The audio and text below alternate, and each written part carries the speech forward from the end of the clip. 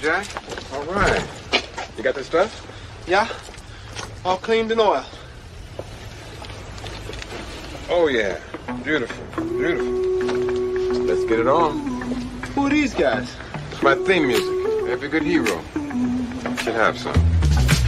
Hot damn, it's time to get down to the jam. It's time to get down, it's time to get down, it's time to get down to the jam. I said it's time to get down to the knowledge, gonna get on down with the know. On the morning coffee show, on morning coffee with Keith, here on Pop Culture Minefield.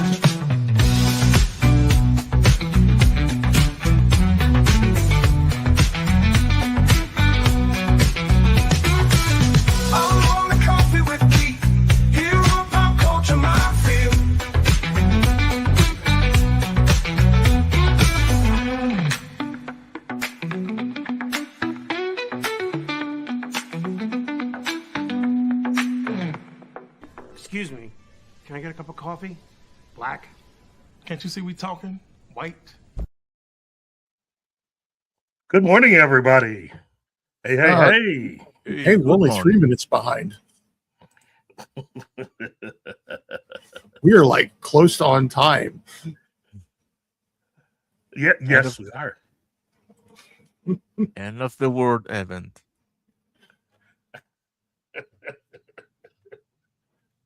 Well, hello, really. Everybody. I'm Keith. You were just I am listening the one to true Martin and the one true Ben, because Ben's cool like that. That's because there are so many other lesser Bens. Well, you're my favorite.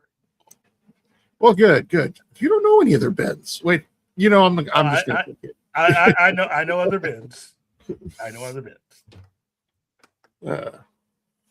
But oh wow, look, this we are already cruising towards the end of January, you know. Mm-hmm. And as weird as that sounds, it has not been that long since Christmas, Less than a month. and in many ways, I mean, you know, hold on. It's the real Das Wolfen. Member in a wrench for 50 months. Hey, big man. It's a drive-by like for Forrest Ackerman. I know, right? I think Ben was with me when Forrest was at the convention we were at. Which Wow. one? It's possible. Oh, yeah. No. I mean, not Ben. I'm sorry. I mean, Das Wolfen. Oh, Das Wolfen. I was like, because I certainly would have detected the fanboy squee coming out of you. You know what? I'm not going to say too much more about this event. All I can say is not a lot of people recognized who he was, and that hurt. You know, he was. It was good to see him. It was good to talk to him. I didn't want to seem like I was just gonna, you know, just continue to hammer him with so many questions, because there's a lot that I really wanted to know. And preparing for this show, hey, it's Gambit the First. Hello. I didn't want to try to take up his precious time with me just hammering him with questions, because he really is, or was, the living embodiment of everything all of us enjoy, and a majority of people are basically making money from right now. He is the architect of pop culture fandom. That's what he was. Yeah. And I know there are some people out there that think I'm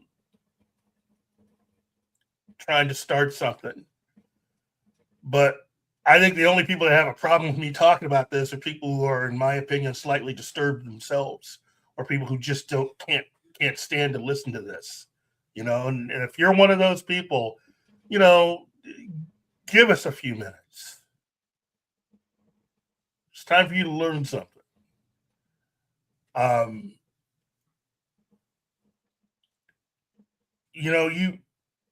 There aren't that many things in this world that you can honestly say that too many people could have either invented or been a pioneer of. But when you are in the presence of someone who has done that, it really is hard to not be a little fanboyish, And even researching this today, there were certain things that even I didn't know, or else I would have asked. Certain people that he knew that it made sense, and that I kind of assumed he knew. Certain other people that I didn't know he had met, who I was kind of surprised were big fans.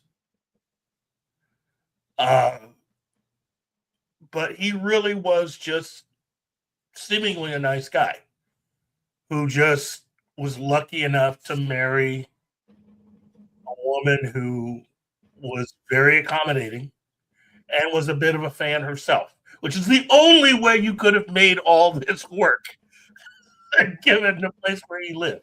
And he could not have done that on his own. Oh. I mean, there's not that many women that would be that accommodating with their husband's fandom, unless they were a bit of a fan themselves. And given some of the people that visited him at his home, I think his wife could be a little accommodating. So, yeah. But I mean,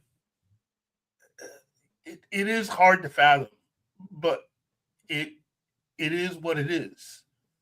This is someone who themselves were a fan, and they were inspired by their fandom and their love of things to just go and express themselves a particular way. And fortunately for him, he was born at a time where he was able to meet a lot of people and shape entertainment and fandom at the same time.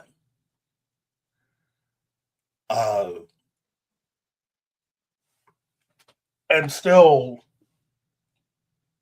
get into publishing and represent a lot of very talented people who would go on to shape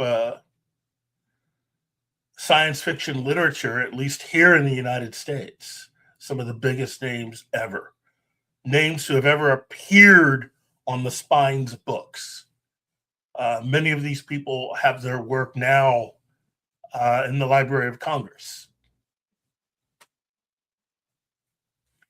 And man did pretty much everything. He was he did. Actor, founded magazines, sponsored at least one magazine.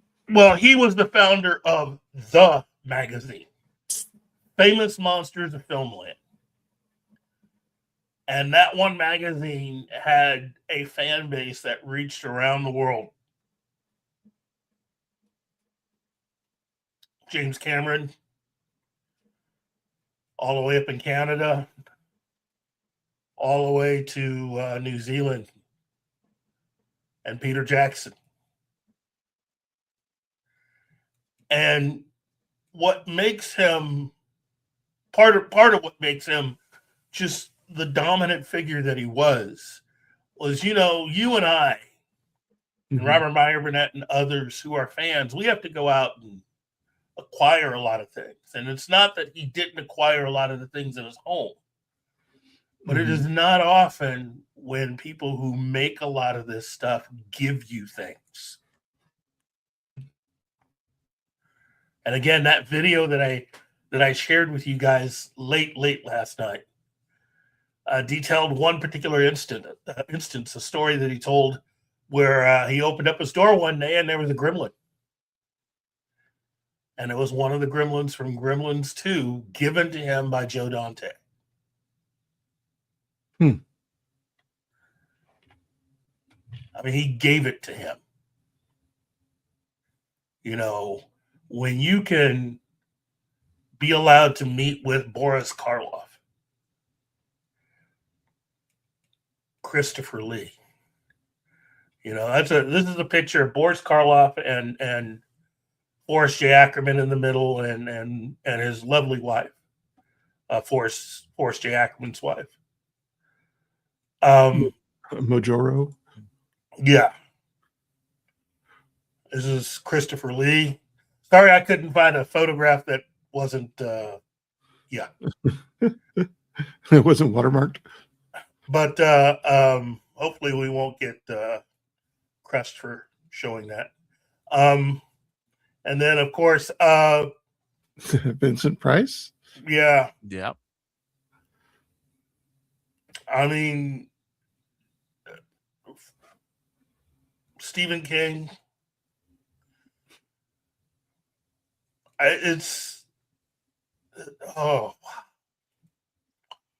Jenny Agutter, who is the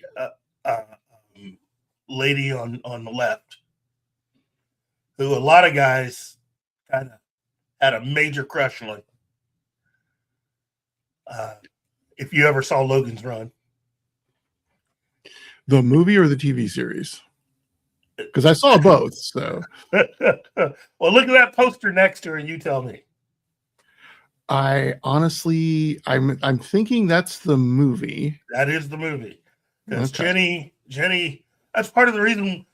Jenny's one of those personalities within science fiction entertainment that because of that, she's done a lot of other things. And that's part of the reason why she was what I like to call part of the secret Easter eggs for the MCU. She's part of the council of S.H.I.E.L.D. Is she the one that Natasha imitates? Yes. Yep. Okay. Yep. Same lady. And then the other young lady on the other side of Forrest J. Ackerman, that's Jane Seymour.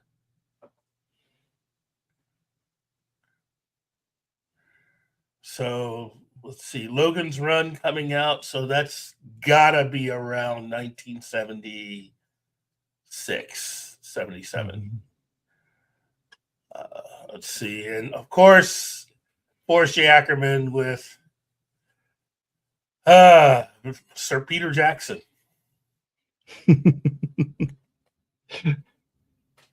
It is so staggering to me that guy is a sir. I love that it's true. I just like, what? Well, so is Christopher Lee. It's Sir Christopher. That's not as staggering to me. Yeah, given Christopher Lee's personal history, yeah.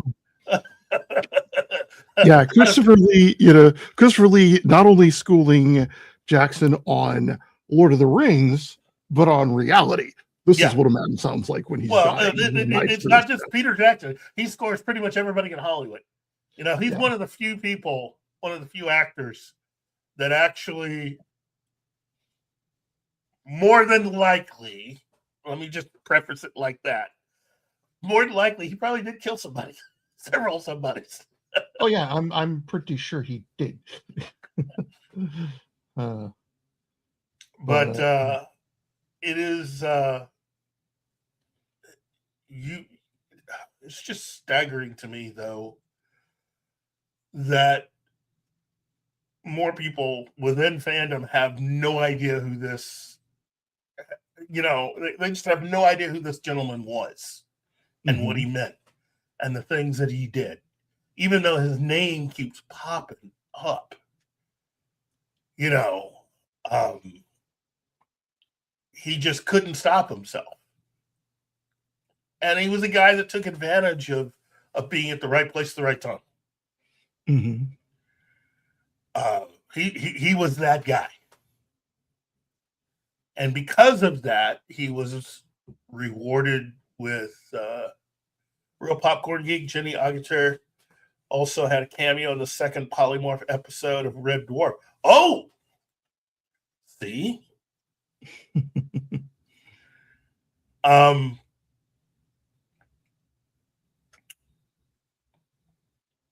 the Forrest J. Ackerman. Well, look, let me just get this part out of the way because we're going to go right into this. But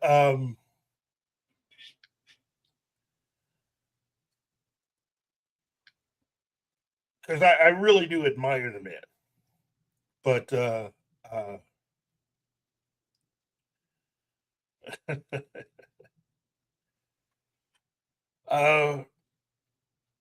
he was born in 1916, which means He was this. born in the middle of the First World War. Yeah. Well, actually, yeah, and it's November of 1916. So this year marks the 10th anniversary of his centennial. His 110th birthday. Yes. And yes, you're right, Real Popcorn Geek. Ackerman was the original sweaty, as John Schnepp called geeks. I miss John Schnepp. But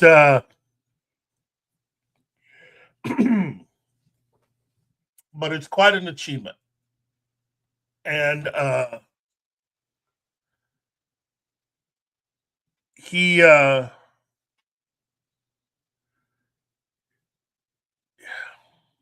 well, he gave an interview once and he talked about how when he was a kid, he came across this is 1926. He came across the first issue of Amazing Stories. And he said from then on, you know, he just fell in love with science fiction. And he had a deep, deep love for science fiction. But he also showed, and it's something that seems to be kind of rare that people talk about today. I don't know if too many people seem to balance that out. He was pretty much a fan of a lot of stuff. Mm-hmm. You know, he wasn't just a fan of one thing. He was a fan of all of it. You know, science fiction, fantasy, and horror equally. Although I think he had a much deeper love for horror.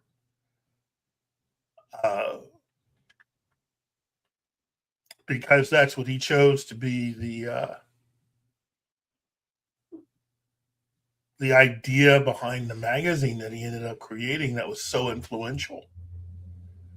And it was a magazine that, while it gave out a lot of information, it never really took itself too seriously. And Forrest just loved puns. Like you do when you're a writer.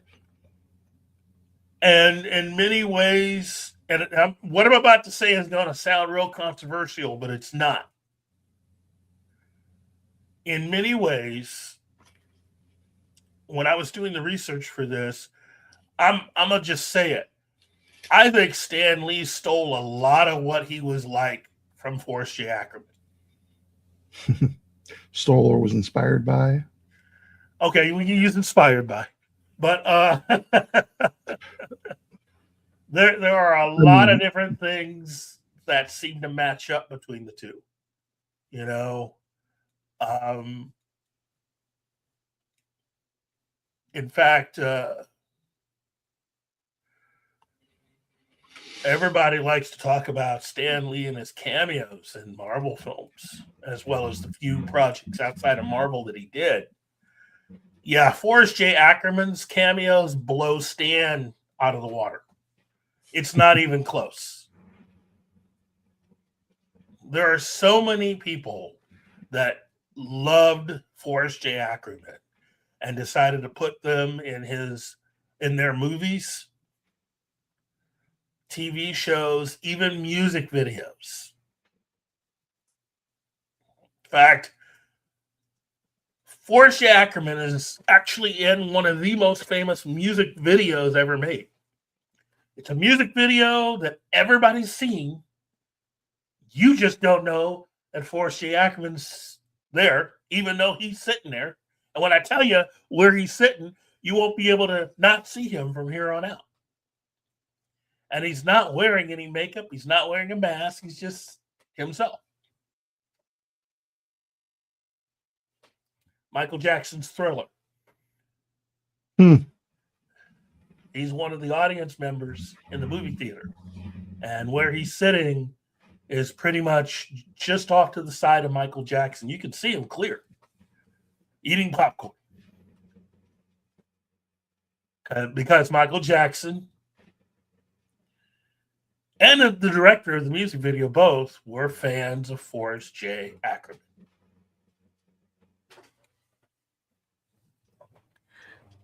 Again, you grow up with famous monsters of film land and you never know. You know, and there were a lot of people who read that magazine and decided that getting into the business was for them. But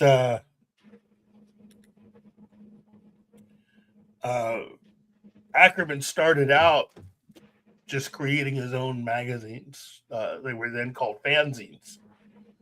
And it was And you pretty started much, out at 14. Yeah. Yeah. Just creating, you know.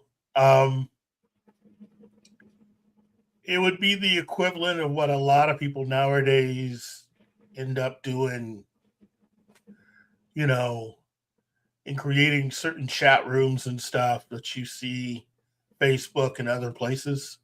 It's the same thing, except that you're charging money and creating articles. In many ways, it's also a lot like, Gambit. Forrest Ackerman was possibly in 79 movies. Yeah. Believe it. At this point, I think Stan Lee's cameos in films put him somewhere around 30 or 40.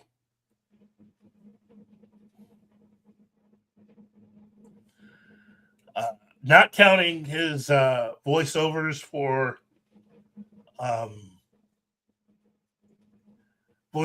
certain cartoons, stuff like that. But yeah, you know, Stanley Lieber was a writer. Forrest J. Ackerman was a writer. Stanley K. You know, he stayed within comics. Forrest exploded out of everything he did, you know, and he just kept doing it. He was the ultimate multitasker. Not that Stan Lee wasn't, but Forrest was the ultimate multitasker. And you will not be able to convince me that Stan Lee wasn't a fan of Forrest J. Ackerman. Yeah. You know,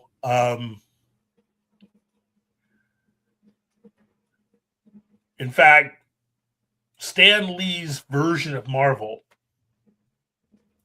which is different than Marvel Comics. Stan Lee's version in the 60s drew inspiration from Stan's deep love of horror. That's where the Marvel Comics, his idea for all of the Marvel Comics characters that he came up with come from horror. That's the biggest difference between the DC heroes and the Marvel heroes. The Marvel heroes were born out of horror ideas, whereas the DC heroes are just that. They're heroes. It's very heroic. It's meant to be the average person that can come out and just do whatever, versus the Marvel heroes, which, you know, it's the average person that has something bad happen to them and they don't use that as an excuse to not do something to help themselves or society. So,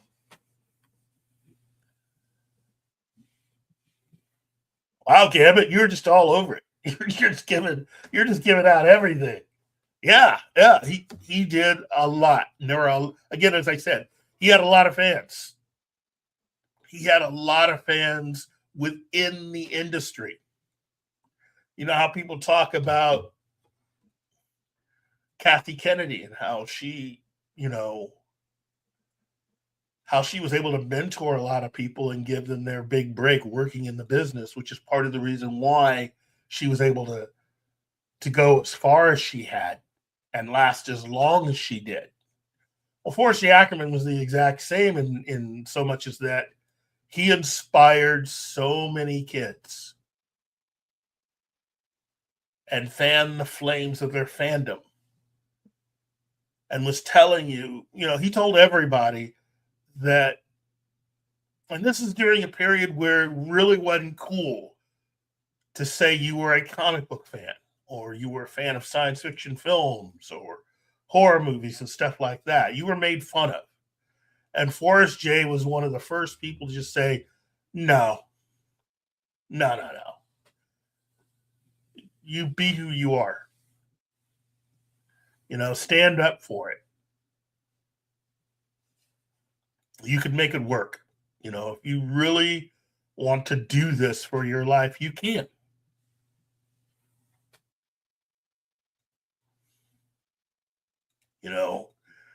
And one of the not the deep, dark secret, but one of the things I learned about Stan Lee is that Stan, at least in the beginning, actually thought that this whole comic book thing was just temporary. He actually wanted to write novels. He wanted to write the Great American Novel, which had nothing to do with superheroes, stories of the fantastic. He wanted to write the Great American Novel. As near as we can tell, everything that Forrest Ackerman did is exactly what he wanted to do. Yeah. And yeah. Oh, go ahead. And his by the way, his bacon number is 2. There you go. Just a tiny little tidbit that I came across. It's hard not to come across this stuff.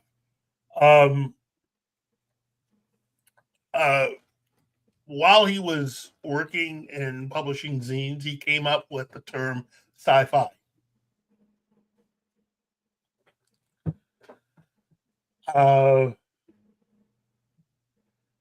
In 1958, though, Ackerman created Famous Monsters, a film line, which is a magazine that just became a cult hit. It's everything that you ever wanted to learn about creatures and monsters, the kind of stuff that you saw in movie theaters and on, well, at that time, certain TV shows, not all of them. But that magazine helped to launch the careers of many science fiction and horror icons. It helped to introduce a lot of the readers to Ray Bradbury and Bram Stoker. And that right there, in my opinion, truly is worth its weight in gold. Anyone that can inspire you to want to read classic books, because nowadays you don't see a lot of that. You don't see a lot of people involved in fandom that are wanting you to get to know some of the biggest names to produce what you like, to produce or work in that genre. Everything's about somebody who is right now, of the moment. It's very du jour, and it's good to understand that, especially with science fiction, there's a long history, a lot of names. There are a lot of people that loved working within the science fiction genre or the fantasy genre or the horror genre. And if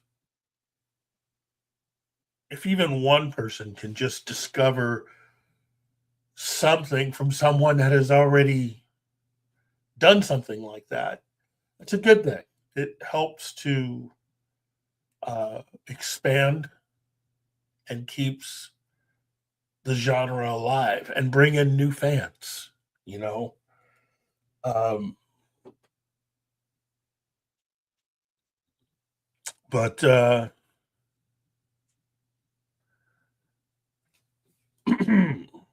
wasn't the only way that he influenced. I mean, Forrest J. Ackerman uh, influenced even uh, conventions. He and his then girlfriend at that time were the two people who created. Yeah, and then his wife later on. Yes, but I mean, cosplay. Yeah, He co-created. yeah, he co-created that.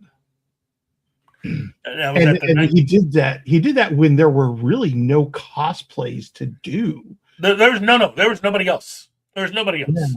And what people need to understand about that story, especially if you go online, go to Google and Google cosplay Forrest J. Ackerman, 1939. That was a very hot costume. In fact, it was a heat wave that year in New York City. And he's wearing this all over costume. He's got to be sweating. Right.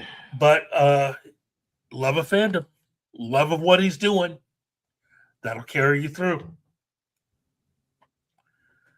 And again, for somebody from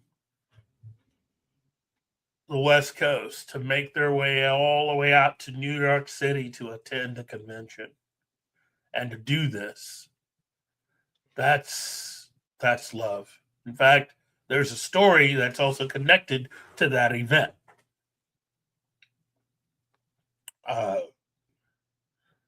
Forrest Ackerman was gonna travel to New York City with his girlfriend to go to the 1939 Worldcon, and he knew this young kid who had an interest in some of the same things. Hold on. Real Popcorn Geek says Paramount has extended their own imposed deadline for Warner Brothers Discovery shareholders to look over their hostile quote unquote bid. Probably has nothing to do with the fact that Netflix decided to go all cash. Let's take a moment out. We were originally gonna start out with news, and we just went straight into talking about Forrest J. Ackerman. But one of the news stories that we were going to talk about is the fact that Netflix just basically beat the stuffing out of Disney.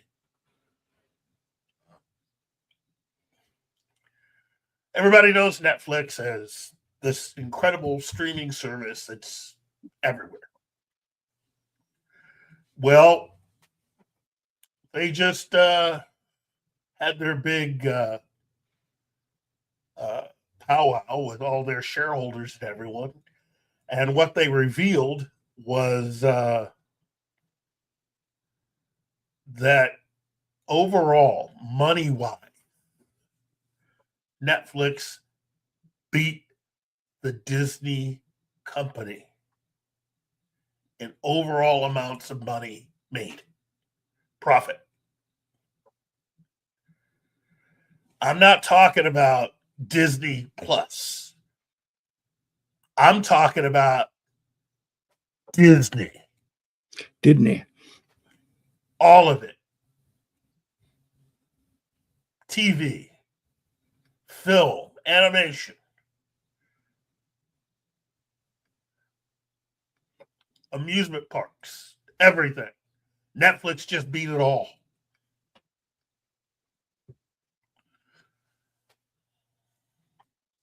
So, congratulations to Netflix.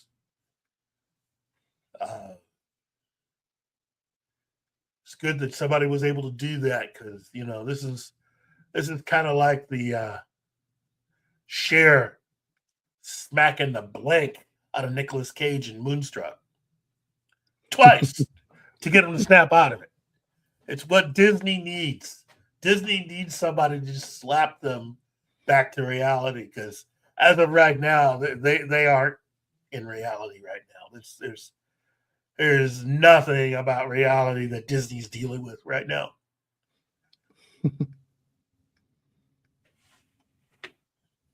It still hasn't changed my mind that I think Paramount would be the best for Warner Brothers. But I do recognize the fact that Netflix has that kind of money, which is a major change, again, from how Gary and I saw everything when we started all of this, started doing our YouTube show in the beginning. Netflix was borrowing $1 billion here or $2 billion there. Now they generate so much money that they can give an all cash offer to basically and essentially buy Warner Brothers. Personally, I still would like to see Paramount come out on top because Paramount would then become size-wise about as big as Disney. And I think show them a thing or two about how to actually run a business that big for profit, which seemingly seems to be something that Disney has forgotten. That's the only way to explain all the missteps. And there have been a lot of them. A lot of them. Almost too many.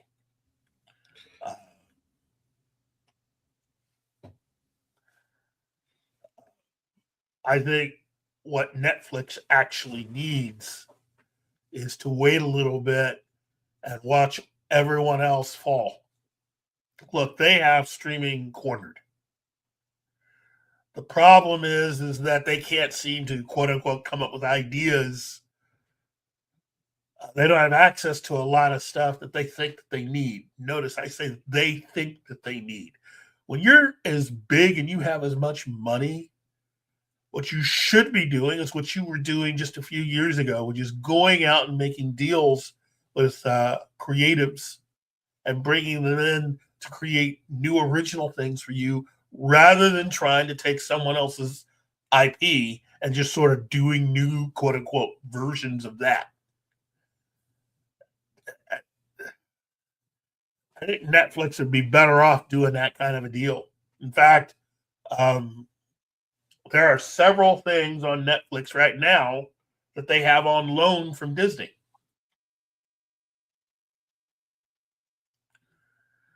And other studios. I think, as I said before last week and the week before, they should just become a better version of Hulu and make money that way. Make deals, become a place where you can come to see all the big releases, but also do deals with filmmakers and become the place where you can see new original things that you can't see anyplace else. And there are a lot of people out there who would love the opportunity to create something. And I think Netflix could be that place.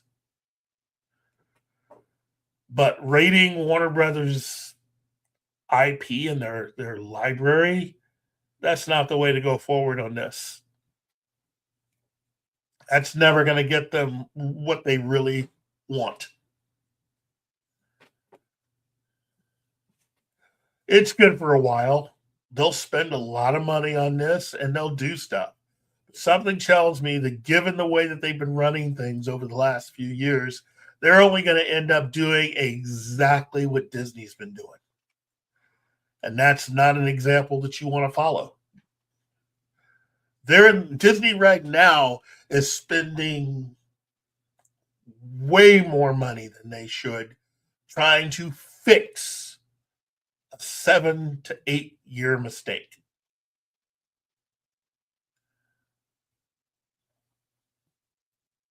Which many people call every film in Phase 4 of the MCU. Not with Spider-Man and the Leap. You know, Phase 4 was just a disaster. It's an utter disaster, both in terms of the films released and in terms of the exclusive content that was released on Disney Plus. It's just a failure. A complete and utter failure. And I know there are people out there, there's a lot of you out there that enjoyed it. You can enjoy it. Enjoy the heck out of it. I'm not saying you can't enjoy it, but you do need to recognize it has been a failure. Because they wouldn't be doing this if it were successful. You wouldn't have to back up the Brinks truck to bring back Robert Downey Jr. and Chris Evans. You know, there's a lot of you out there who just want to talk from your feelings and not from the logic of the situation, nor looking at the money. Captain America was a bust. Sorry. And again, I will continue to say this. Hashtag Anthony Mackie got screwed by the MCU. They tricked him into becoming Captain America. And I do mean what I just said. They tricked him into doing it. They convinced him, along with some of you out there who are not comic book fans, that Falcon was not a really good character to have, that he was not a good character to be, and that they pretty much treated him as a comedic sidekick, which is not who Falcon was at all. A lot of you out there fell for it, unfortunately. And now, you know, it's not like Anthony Mackie read a lot of comics himself, so Stasis Geek, good afternoon. Read by Nature, hello, hello. Yeah, Gambit. Speaking of Downey Jr., he's still doing the recurring Avengers Doomsday series. Yes, he's still doing it. Hey, they gave him a bunch of money. Something tells me he's not got anything else to do right now, so you might as well do this.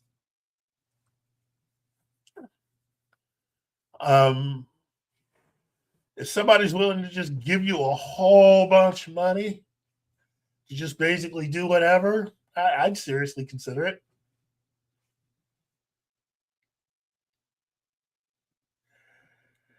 I will admit, Read by Nature, Mackie, didn't help himself with the PR tour. But again, it's like a friend of mine in the business said, actors are actors, man. Actors are actors. They'll do exactly what they're told, And if you had some real comic book aficionados to actually help guide these actors, I don't think you'd have half the mistakes that you saw.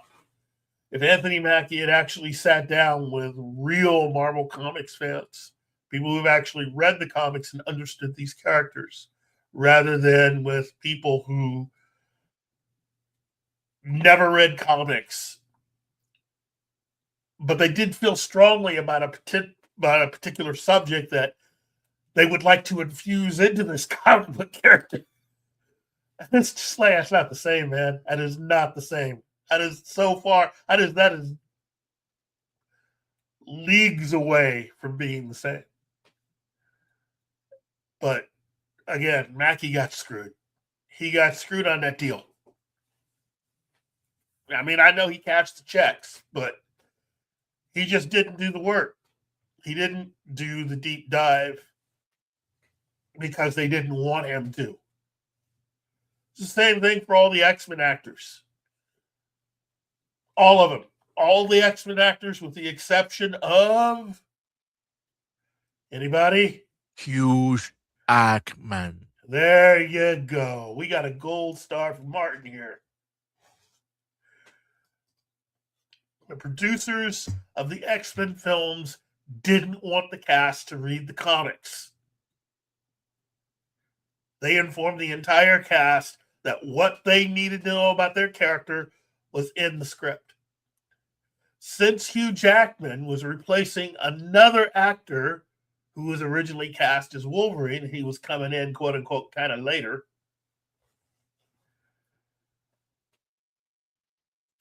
Certain people connected to the production made sure that he was totally up to date on who this character was and smuggled himself while he was on set.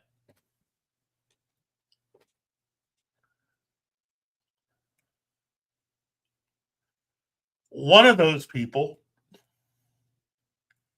I should say, allegedly, one of those people was someone who would eventually become a producer, working on a lot of Marvel films for Fox, and eventually go higher. So to see what has been done to the MCU after all these years, that's troubling. I've said it before. I've asked this before, and I'll continue to ask this. Either Kevin Feige was really good at fooling everybody into thinking that he was a comic book fan, or he's a comic book fan that thinks he can do better than the people who actually wrote the comics.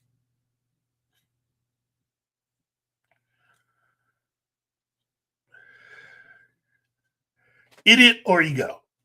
Those are your picks.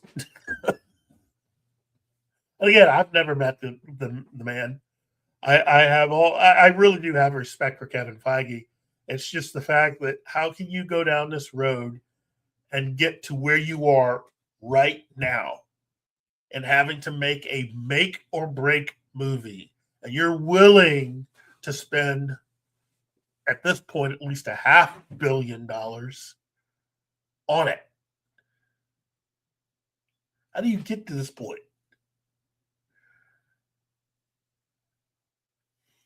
Anyway, Netflix, more power to you. Good one.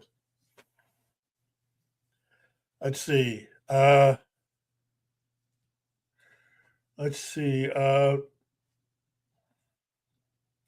by Nature. Started out with in the early days, though, if Hollywood was more like it was in the 90s, he could have been a star. Oh, talk about Anthony Mackie. I think Anthony Mackie's a star. I like him as an actor a lot. And there might be a few movies that he's been in that other people don't like that I do like Abraham Lincoln Vampire Hunter. I liked him in that. A special place for that movie. Is it a perfect film? Heck no. But it's a fun film. I think it's a fun movie. I don't know. There's no way I can sit down and watch that. You know, Mary Elizabeth Winstead, who plays Mrs. Lincoln, and if there's any Now justice, you're changing my mind. and if there's any justice out there, and if Kevin Feige's got his head on correctly, he would go ahead and just cast her to replace Tatiana Maslany as She-Hulk. I think yeah,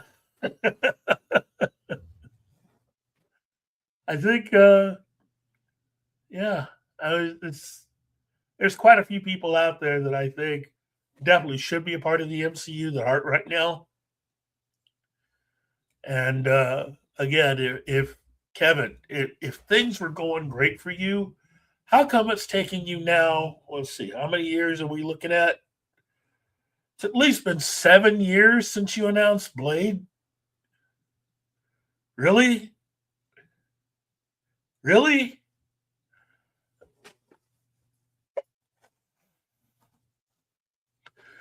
I mean, at the rate you're going, we're probably going to see the air cut of Suicide Squad before we get a Blade movie. It's just, you got a 2-time Academy Award winning actor that you've cast, and you can't do Blake for them. I mean, he's just sitting there spinning his wheels. And you're frustrated because you can't figure out a way of writing a script that allows Blade's daughter to outshine him and take over, that people won't be completely pissed at you for doing. You can't figure out a way to write that, to make the fans accept it. That's really what the problem is.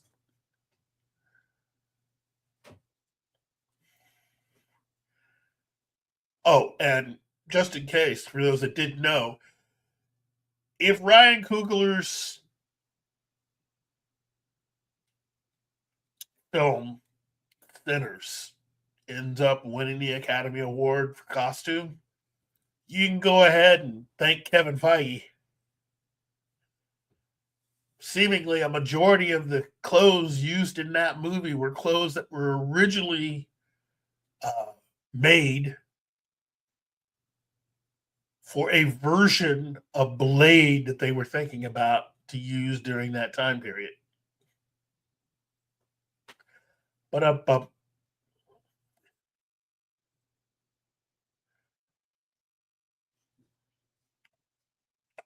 let's see. Gambit says Marvel boss Kevin Feige is reportedly no longer stretched so thin with Disney Plus shows and is solely focused on Avengers Doomsday and Secret Wars. Yeah. Yeah, I know. Let's see. Oh, yeah. Like he said he used to back in the day with Iron Man or Thor. Yeah.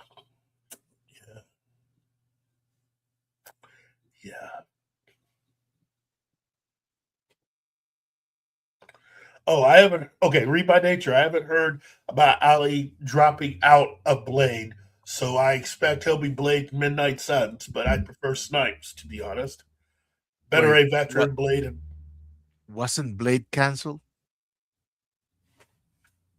it was morphed into something else, basically. Oh. They're gonna. Kevin Feige decided to give himself more time by using the red meat, aka Midnight Suns, to delay fans from getting really mad at him for having spent so long developing, air quotes, the Blade movie.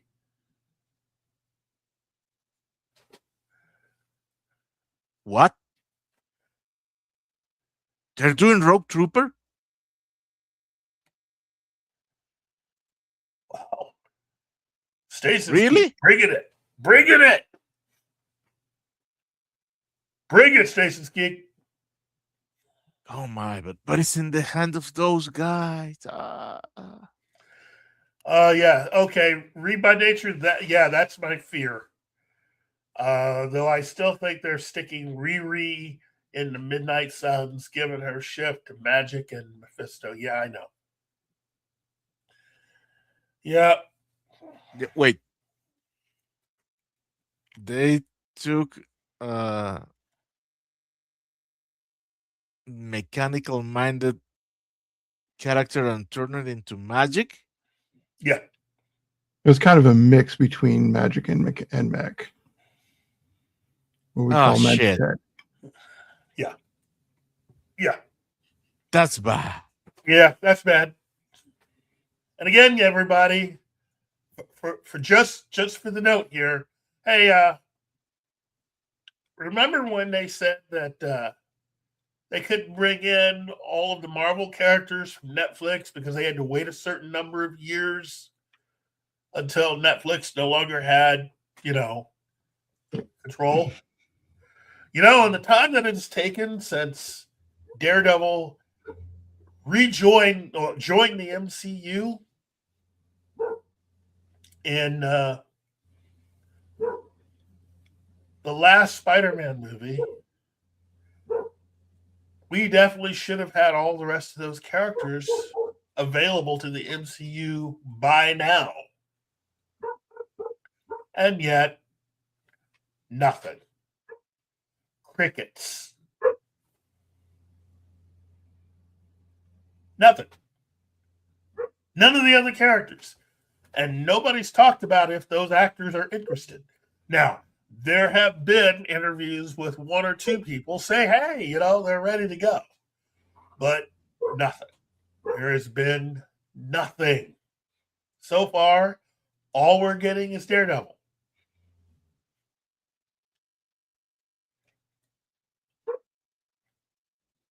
No Jessica Jones.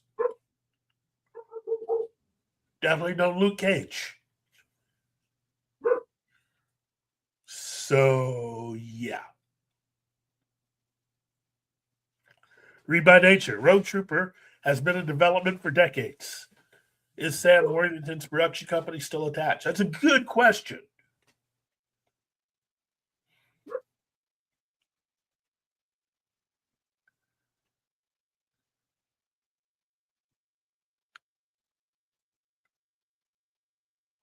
Let's see. Gambit. I don't think it's any breaking news here on this show. I was not a fan of Fantastic Four. It's a combination of it being badly cast and a script that was just a joke. And lots of story and logic mistakes in that film.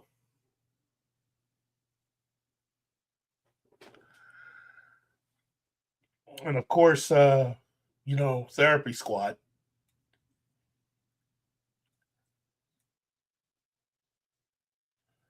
Which I was not a big fan of. I didn't hate it, but it wasn't that good. Out of the 3 Marvel films that came out last year, I think if I had to pick them in orders of what I liked to least liked, I think Therapy Squad would be at the top of the list, followed by, unfortunately, Captain America, and finally, Fantastic Four. Fantastic Four was just craptacular. Again, not the worst movie I've ever seen, but it was a major disappointment considering that that was one of the first Marvel comics for me when I was a kid. I have been a serious Fantastic Four fan for years. And what I saw borderline story-wise almost made me wish that I could be sitting there watching Fan Four Stick again. Hey, Penny! Hello! Nice to see you. Nice to have you.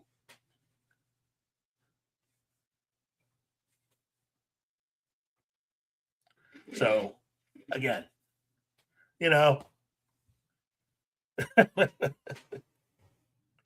Kevin Feige, man, I hope you can pull off this hat trick. I really do hope that Kevin Feige and everybody at Marvel Studios can pull this off. I'm hoping. I'm really hoping. Although I think a lot of actors should be glad I'm not running everything, because I would just go ahead and fire people at this point. I would have gotten rid of a lot of the producers, a lot of the writers, and I would have just started telling actors they got to go. Top of the list, Simu Liu. You got to get out of here, dude. Got to go. In favor of whom? In favor of whom? Yes. In favor of the actor. Let's see.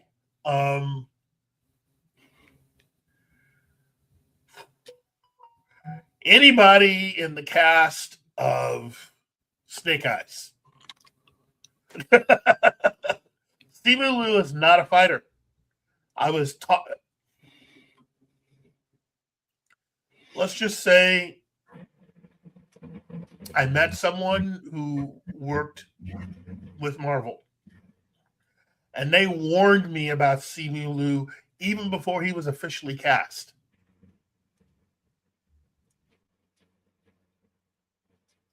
Now, I'm not saying anything about the guy personally. I've never met the guy. He seems like a pleasant dude, but he's not right for the character that he's playing. Bye, Stasis. He's just not right for that character, period. And they pretty much admitted that the main reason why they cast him was to appeal to the Chinese audience that they were going to release Shang-Chi 2. I mean, Shang-Chi, the film, to try to gain favor with them. And it backfired. Even before they put the movie out, it backfired.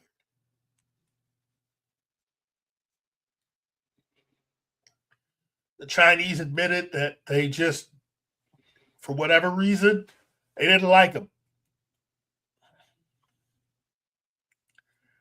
They said, we're not going to go see this movie. And guess what? They didn't.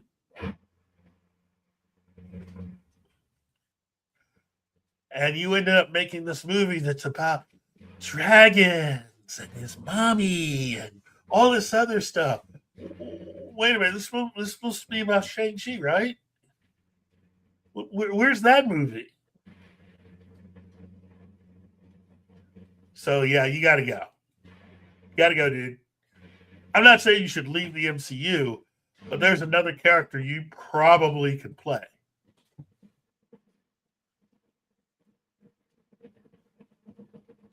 But, yeah, Gambit, the Snake Eyes movie that they ended up making, the G.I. Joe reboot film that they did. Yes. Is that the greatest movie ever made? No, but that movie's better than Shang-Chi. I'll tell you that much. I don't know. I wouldn't go that far. No. It's better than Shang-Chi. The only thing that Shang-Chi has over the Snake Eyes film is that Shang-Chi's got a dragon, and that's it. Dude, Snake Eyes is a blonde guy. I know what you're saying, dude, and I get it. I get it. But you know what? No, the actors that they have leading, both those actors, either one of those actors could be Shang-Chi. Either one of the leads of that film. Yeah, that doesn't make it better than Shang-Chi. It does. It does. They are equally bad. It does for me because that's not Shang-Chi. You know, and that's not Snake Eyes. The thing about the Snake Eyes movie is outside of the casting, that is the story. Wait. Outside of the casting, that's the story of the character.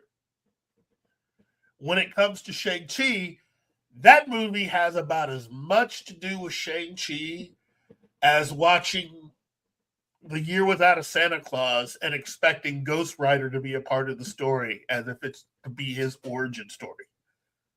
That's how different that movie and story was from the comic.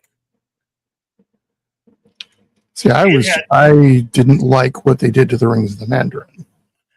That also. But I mean, that entire movie, that entire story had nothing remotely to do with the comic. You know, Stan Lee did something really easy for him, which is he wanted to create a comic book that would take advantage of the popularity of Bruce Lee. Period. He couldn't find a legal way to do it. He couldn't get Bruce Lee and his people to sign off on what he was attempting to do. So he took his Bruce Lee comic book and called it Shang-Chi. It had nothing to do with magic. It had nothing to do with dragons. It's a really simple revenge. It's John Wick before John Wick. It's one guy going up against an army of bad guys and taking them all out.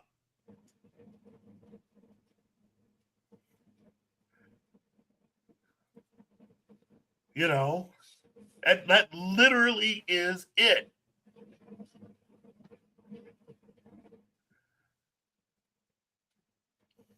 He's mad because his dad is the biggest bad guy on planet Earth.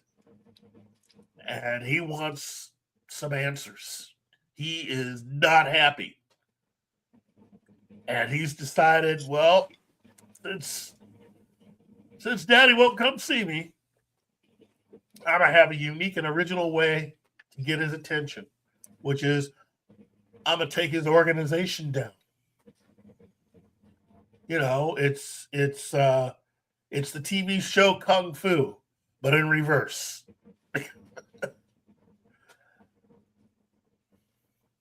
Hello, Hey, Courtney.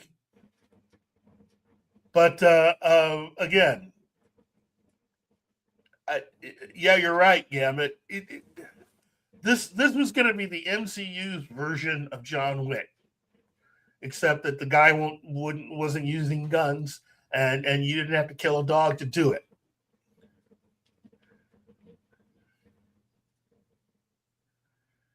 And they decided, well, that's a little too cold. We need to put in some dragons and have the fairy dust. And No, man. No.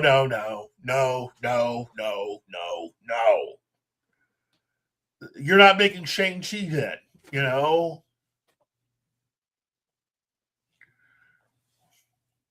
You're making something that you're calling Shang-Chi, but it's not Shang-Chi.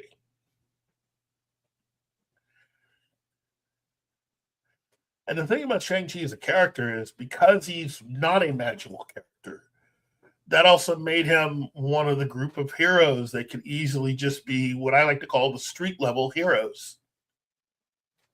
Again, something that Kevin Feige seems to be really scared of for whatever reason. He has this thing about the street level Marvel heroes. Marvel did street level heroes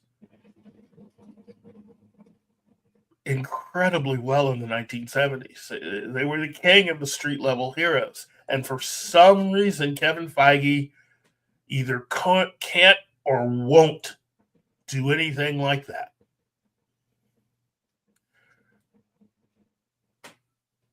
He just won't. Now, Netflix did, but the MCU won't. They won't do it. They are almost afraid to bring in street level heroes. And save themselves some money. I mean, pretty much how they've been making the John Wick movies, that's how the MCU should be making their street level films. They should just make some street level movies. Not every film has to be about some world-ending event. I mean, Ant-Man was a heist film and did really great. Yes, the first Ant-Man was really well done. And then, you know, as you started getting further into the next few films, and the stakes grew bigger and bigger and bigger and bigger. And it's just like, you know, everything seems to be just blown out of proportion. Everything's got to become this world-ending event. Yeah. And part of the thing that made Marvel Comics stand out in the 1970s is it really wasn't like that. Yeah. Well, and the thing is that it is one of those things where it isn't. I think that's why we're getting this superhero fatigue in films, is because everything, people are having to learn the plural of apocalypse, and it's just like, no, make it something that is relatable to, make it something that is small town. And I've done the same thing in my writing. Yeah, my character saves the world a couple times, but there's also the return to, hey, this is what's going on right around him. And it's one of the things that I harp on, is that if you are so busy looking at this massive picture elsewhere, the people around your characters start to suffer. Yep. And that stops what being a hero is all about. That's why it's your friendly neighborhood Spider-Man. Yep. Which is why Homecoming worked so well for me. And was it Far From Home? It was all right, but then you start getting into this multiverse stuff, and it's like, we stop seeing Spider-Man as Spider-Man, and we start seeing him as, that's a lot to put on one character's shoulders all the time. And it's a lot to put on the fans to, to start going, well, we're gonna hit, the big notes every time. And if I've noticed one thing in entertainment, it is that Cozy has started to make at least in publishing, has started to make its own inroads. People are liking something that hits home as opposed to the multiverse. Yeah. I just, again, I don't subscribe to any kind of fatigue. I think people are just not happy with the quality of what has been written up to this point. Well, and that's where it comes in, because they're getting tired of it. I think there are a lot of characters that have never really been given the opportunity to do anything, who aren't that far removed from some of the characters that we've had up to this point. But if they were done the right way, and with the right people attached to make those, we are right there. I think we are just right there.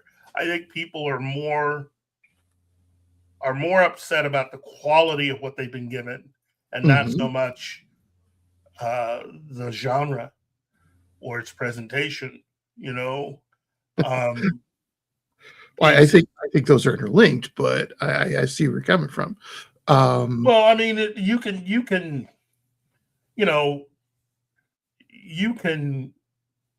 be sick and tired of, say, Clint Eastwood westerns, but does that mean that you're sick and tired of all westerns? No, you're just sick and tired of Clint Eastwood westerns. You still like John Wayne westerns.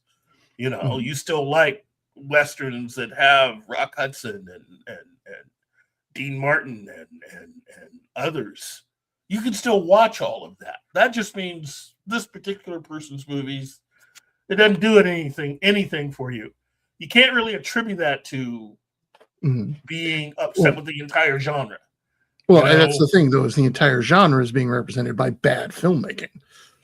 Yeah, it's because it's become the norm. The studios all want to make these big movies, and again, some have implied that the part of the reason why they cost so much is not so much that all of that money is going to that. Okay, I'm just repeating the rumors that I've heard. To me, I do find it kind of ridiculous that you spend a lot of money on many of these projects, and even I'm having a hard time trying to figure out where that money went. Kind of like with current Star Trek. You're spending all this money on what? Really? I mean, are you sure? And then you notice the quality of the scripts are just awful. Seemingly the more they spend on sets, the lower the quality of the scripts and the lower the IQ of the writers Right. for that particular show.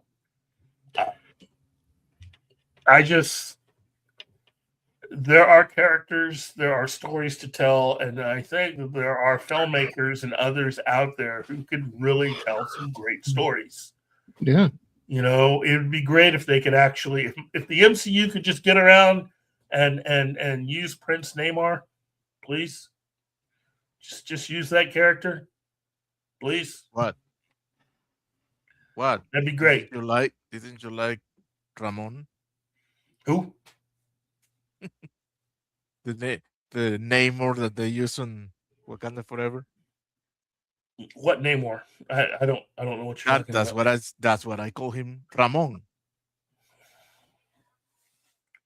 Oh, you mean Trauma Kid? Yeah. Oh my. I mean, again, I got nothing against actors. I know how hard it is to find your next gig and on and on and on, but there's a long list of characters that are going to get killed off doing Doomsday because they need to show that they're serious. Mm-hmm. Something tells me that Shang-Chi, the non-Namor, and his people, and a few others are going to bite the dust. So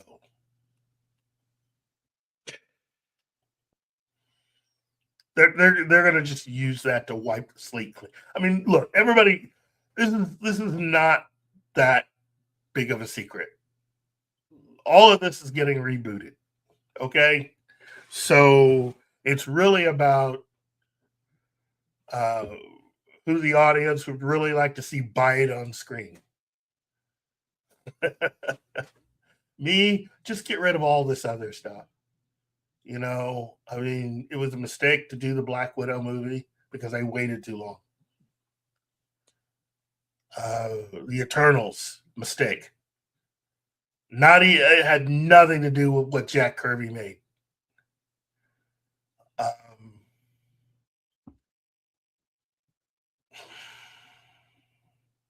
Well, Keith, we still have 2 topics. Yes, left. yes. Let's go with Shatner because I am very curious. Well, no. What it was? Okay, let me explain the whole Shatner thing. Stephen Miller, the happy man, Stevie Miller, out of Washington D.C., was basically, clowning on the people behind Star Trek Academy. Starfleet Academy, yeah. Yeah. And otherwise known as Starfleet 90210. And he ended what he had to say by just call up William Shatner and put him in charge. Let him straighten it all out. Because Shatner, it's too woke. Well, Shatner got on social media and responded to that by saying he'd be happy to. He's all ready to take over. He ended up throwing some shade at the latest show and throwing some shade at Stephen Miller. But it's Shatner being Shatner. And it's always a good time when you can tell a story about William Shatner. That's my feeling on it. Would everything be better with Shatner? I'm sure Shatner would enjoy the paycheck, but unfortunately, it's working on a script that Kurtzman has to have his fingerprints on, and Kurtzman's just not that good. He can't write for nothing, in my opinion.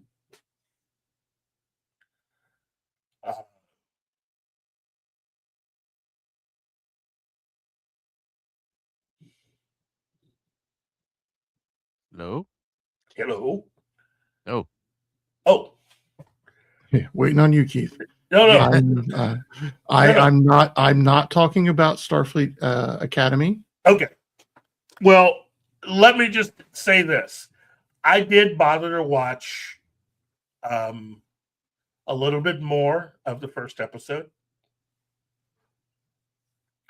And I made it another 10 minutes in before I just had to turn it off to save my sanity. It was craptacular and with an emphasis on the first four letters.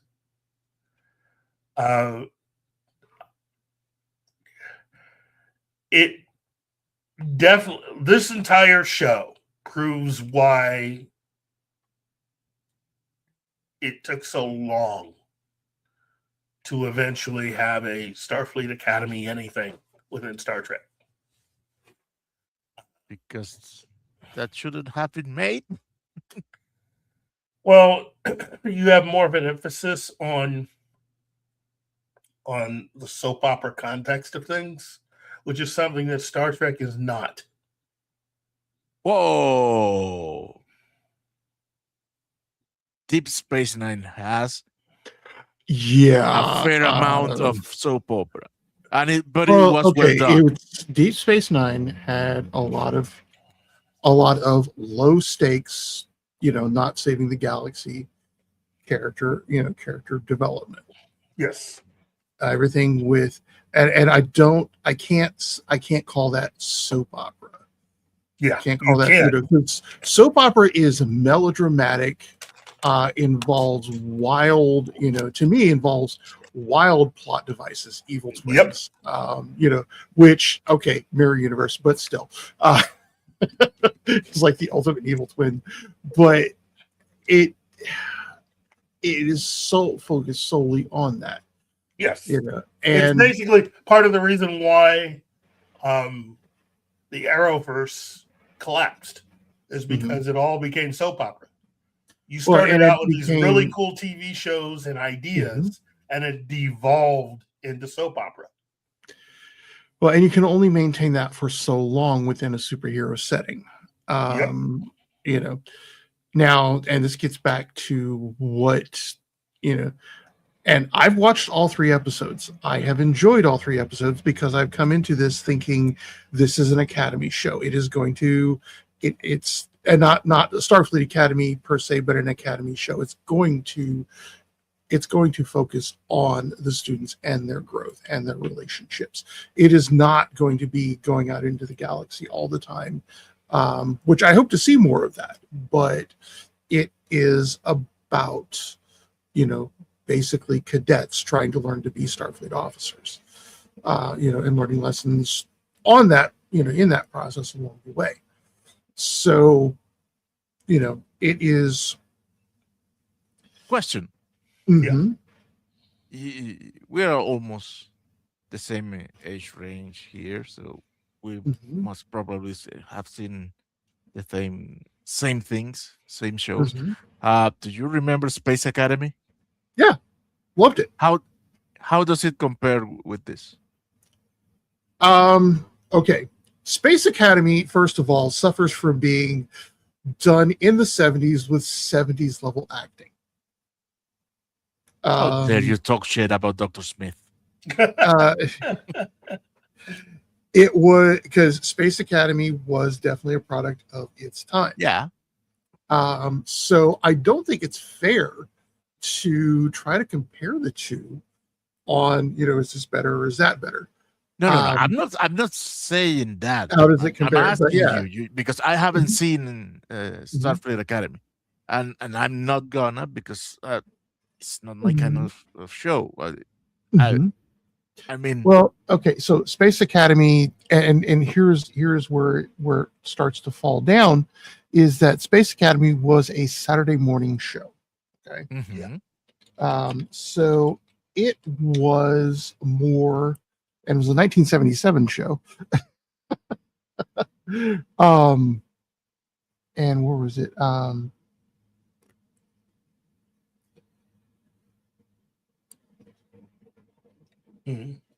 like I said, you're also asking me to reference something I haven't watched in 50 years. Wow. Damn. Space it came out in 77, and it is very similar in a lot of ways, in that, there's a lesson, that the academy, the cadets have to learn. There are failures. And, there is the lesson learned from the failure. It is not as ham-handed as Space Academy used to be, because Space Academy had time, and it was, again, 70s shows were very, very preachy about their lessons. Yeah. Because that's it was, if only we had learned teamwork before this could have all been prevented. If only we'd listened to the adults all along. I mean, 70s shows were very, very but they are very similar in their approach. It does they both focus on the students and their relationships to each other, and the lessons they learn is part of character growth with that whole process.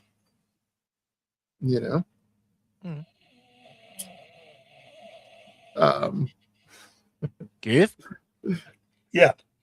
Are we boring you? Hold on. Wait. Oh no, you guys go on. Hold on. No. You guys keep going. Okay. Hold on. I gotta dip out for a moment. Okay. But as the two, they're very similar in a lot of ways so far. Now, bear in mind also, I have 3 episodes to work with. But last episode was about a prank war between about a what? I'm sorry. A prank war between War College and Academy, and the Academy, because War College is the established college, in that timeline. And the beauty of it is that the cadets are, it does, we get to see these cadets grow, through different things. We get to see the relationship between Caleb, our kind of lead character, and the Beta Z ambassador's daughter, or chancellor's daughter, grow in minuscule steps as they kind of figure things out about each other. But we also see them play to their strengths. We find out that the Caskins have some unique abilities that make them fun to work with, in terms of what they can do. We get to see a character who you would think is solely comic relief, actually still be comic relief, but be effective as well. So, so that's kind of what I see with that, is that, yeah, it's a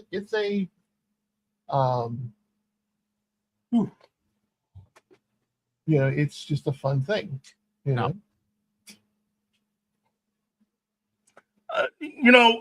Straightening out a lot of this stuff overall is just going to take way more time, at least in the mind of the new owners of Paramount, which is part of the reason why they're just going to wipe it all out and start all over again. And I don't blame them. It's not the direction I wanted all that to go, but I completely and utterly understand the reason why. And after the Razzie nominations yesterday, if Alex Kurtzman actually deep down thinks that anybody else is going to pay for any more of this mess, he is sadly mistaken. His Section 31 just got nominated for some Razzies. and deservingly so. I mean, if he really wants to try to reclaim what little dignity he might have left, pick your sorry little butt up and go pick up the award in person. Because we all know you ain't doing nothing the day after. You're not going to be picking up another Academy Award anytime soon. So you take your happy little butt you never down to know. the Razzies, and you pick up that award, and you say thank you in person.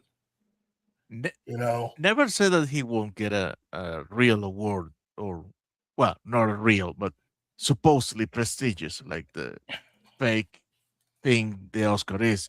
Because, man, there's no way in this universe you can convince me that Shakespeare in Love is better than Saving Private Ryan. No. yeah. Well, yeah,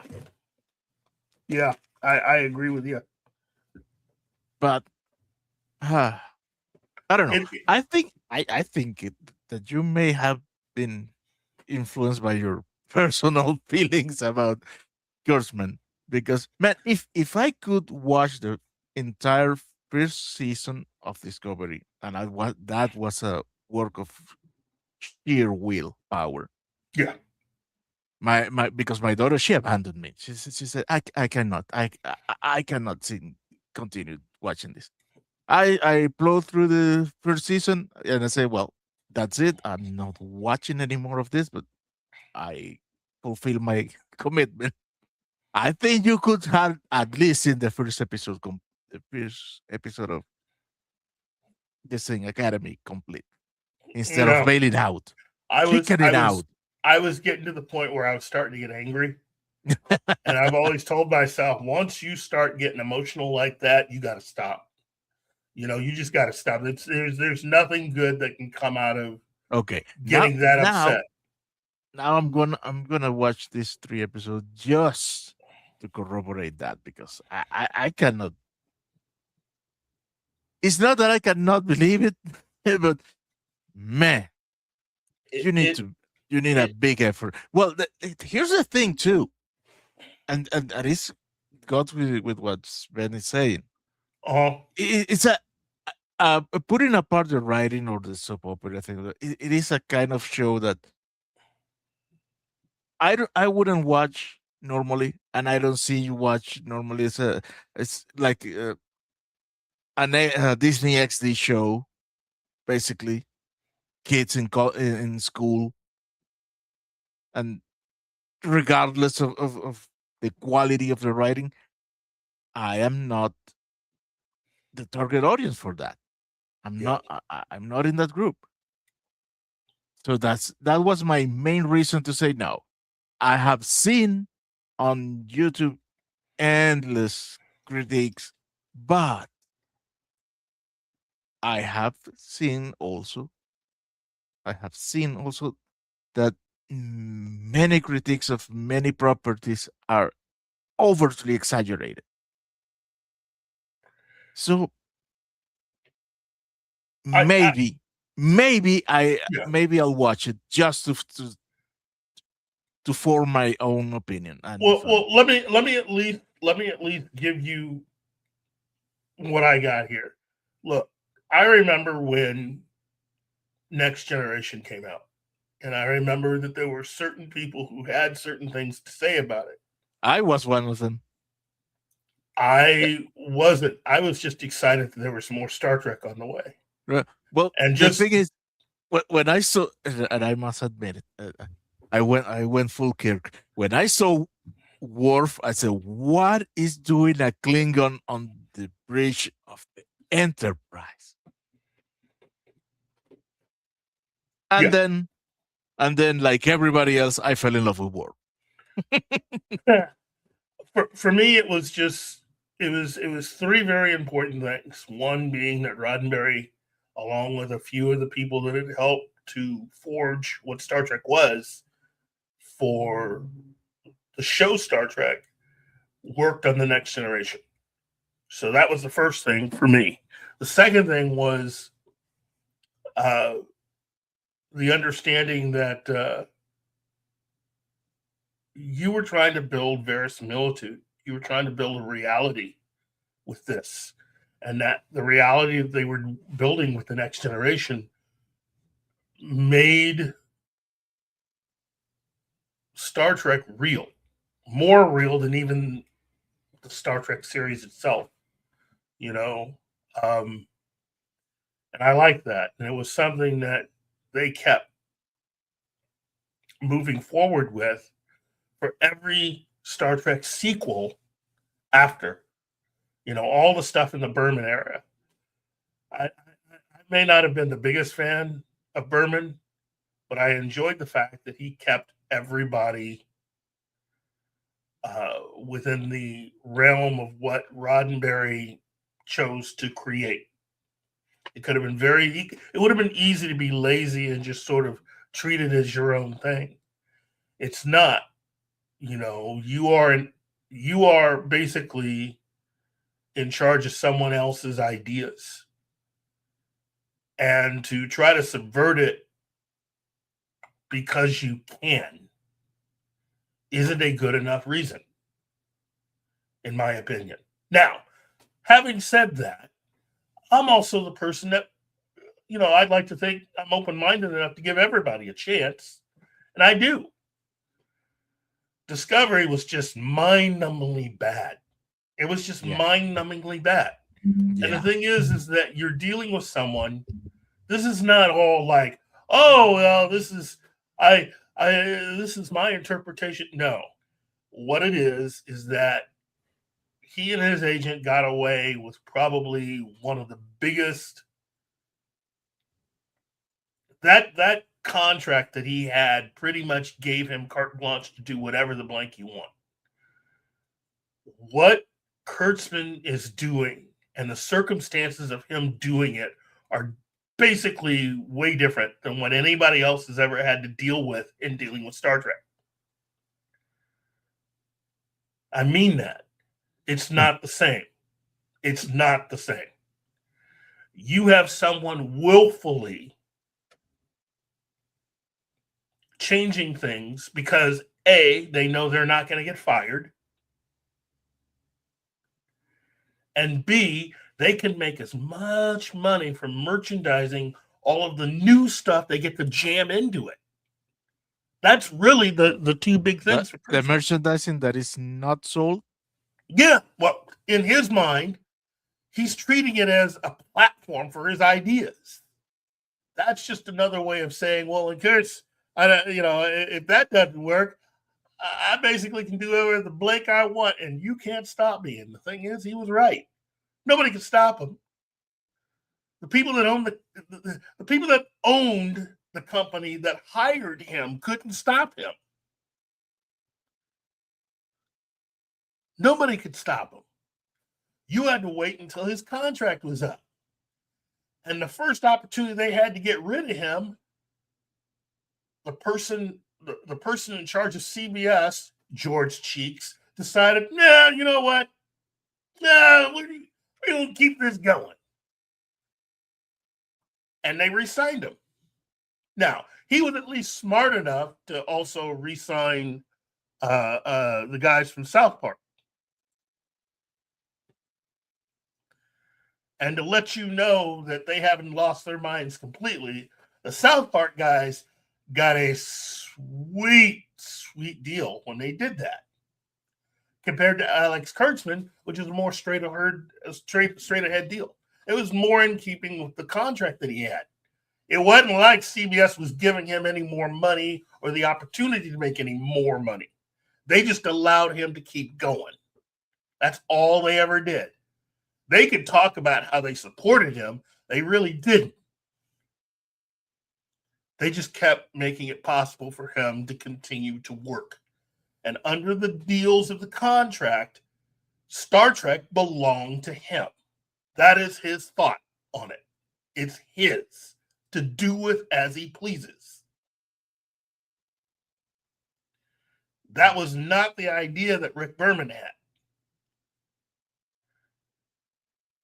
Well, what's done is done. Yeah, what's done is done. And again, I've said it before and I'll say it again. For all the people for whom this is Star Trek to them, more power to you. Seriously, I'm not just saying it. I'm glad you enjoy it. I really am. But understand that those people who don't enjoy it aren't being mean. Not everybody that's saying this is being mean to be mean. They're saying this because the person who you've decided, is your guy is an asshole. For one. And he's had to go to court many times in his career because he likes to do certain things that legally you're not supposed to be able to do. And I don't think it's that much of a stretch that many of the things that the guys from Midnight's Edge dug up about Alex Kurtzman and how the first season of Discovery was, I don't think it's that big of a stretch to say that's true.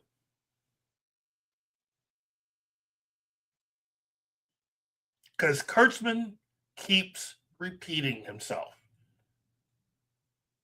He keeps doing the same thing because he can. He's one of those. He'll continue to do it. He's not sad about it. He's not upset about it. In fact, Kurtzman only cares because it kind of makes him look bad. Your reputation is really one of the few things you've got in that business.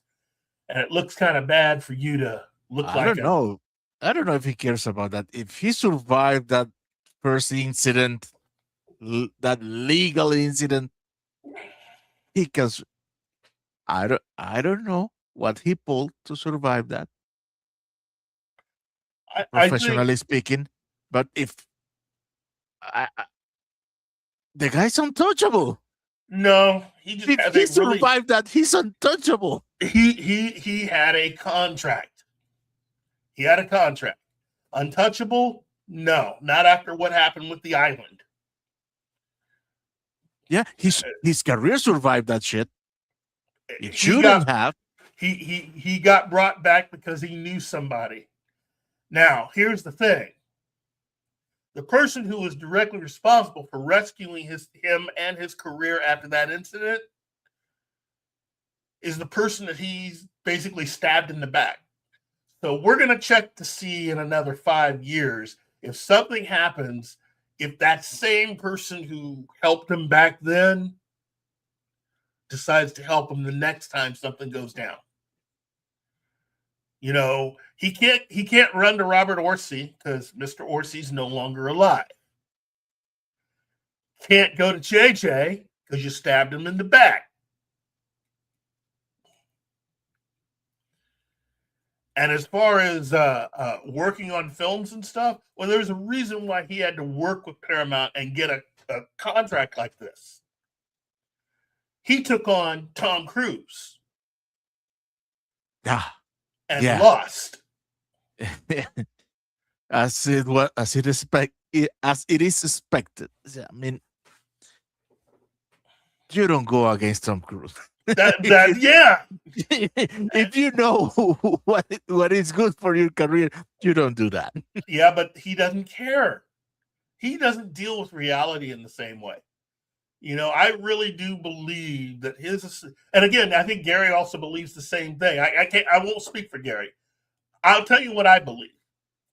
I believe that his association with his former writing partner covered up a lot of stuff.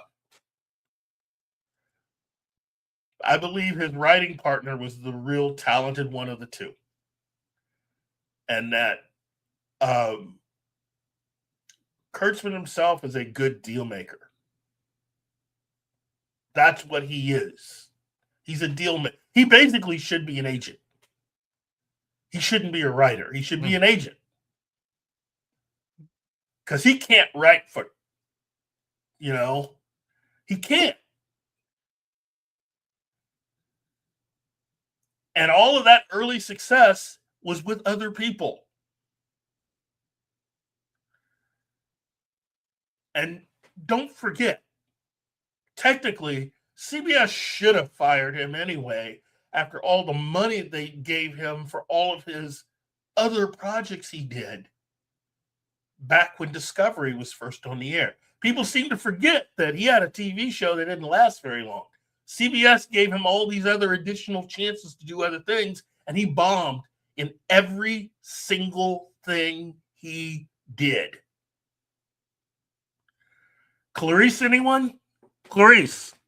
Anybody? Clarice, anybody checking that show out? Huh? How about The Man Who Fell to Earth? Anybody? Anybody? No? Well, Keith, I need to change subject for two Yes. main reasons. First, the bomb of today, Yes. and second, I care about you and your blood pressure. So I want to take Kurtzman out of your mind. so, He's already out of my mind. so you can slow down. When I learned that what his contract actually was and what it's going to take to get him out of it, I'm good with it. You know, and again, I don't know the guy. I've never met him. I could possibly meet him at a convention one day. We could sit down and have the nicest conversation.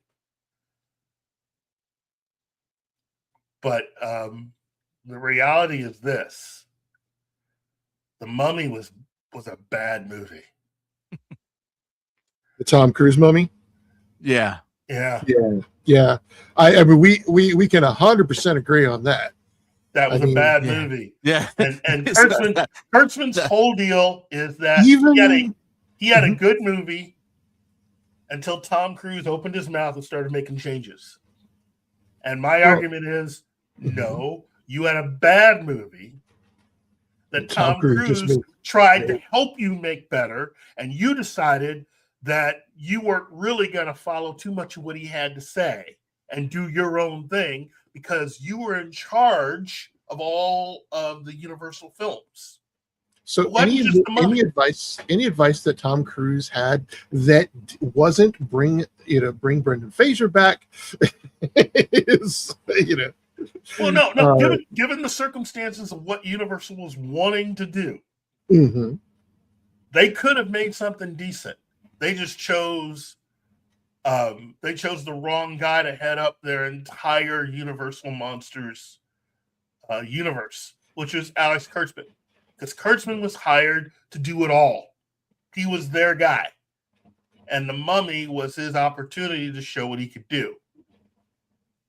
He was already making deals with other actors to be in other movies. And all that got taken away when The Mummy didn't do so hot.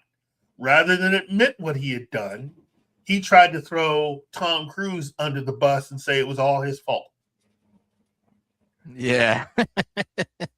And Tom Good luck Cruise, with that excuse. and all I can say is, and even Gary will tell you this, all you can say is you look at all of the times when Kurtzman worked with Tom Cruise before that, when he wasn't in charge.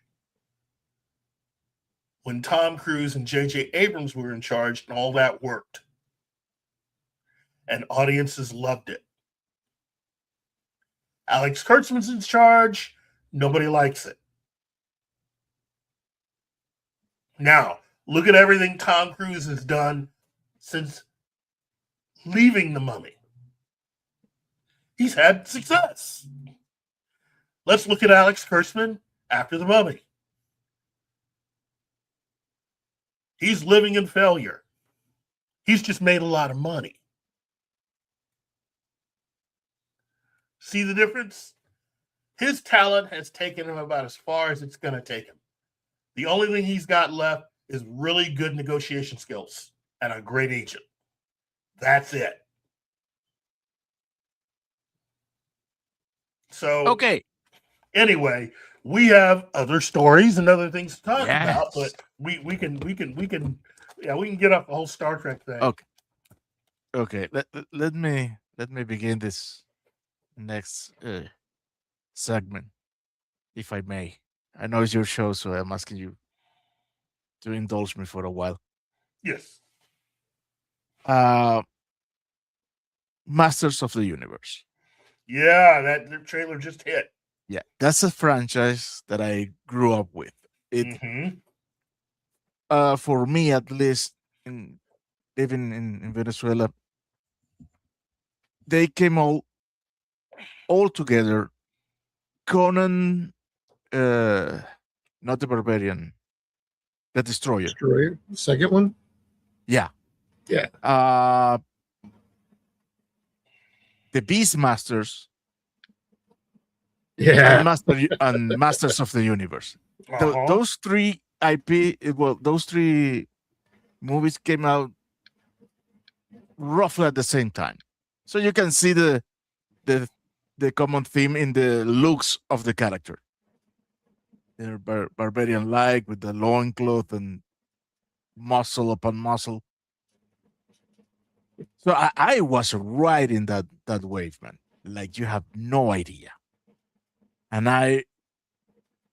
Masters of the Universe became a very, very big chunk of my fandom, and it is to this day. And I have seen the rise and fall. It has been a roller coaster. You could say that probably, of all the properties that have come out of it, you can only say good were the first show, He-Man and the Masters of the Universe, She-Ra, the Princess of Power, and Masters of the Universe 2002. Now, that live action movie, I'm understand this. I love that IP so much that I have that movie, and I even see it from time to time.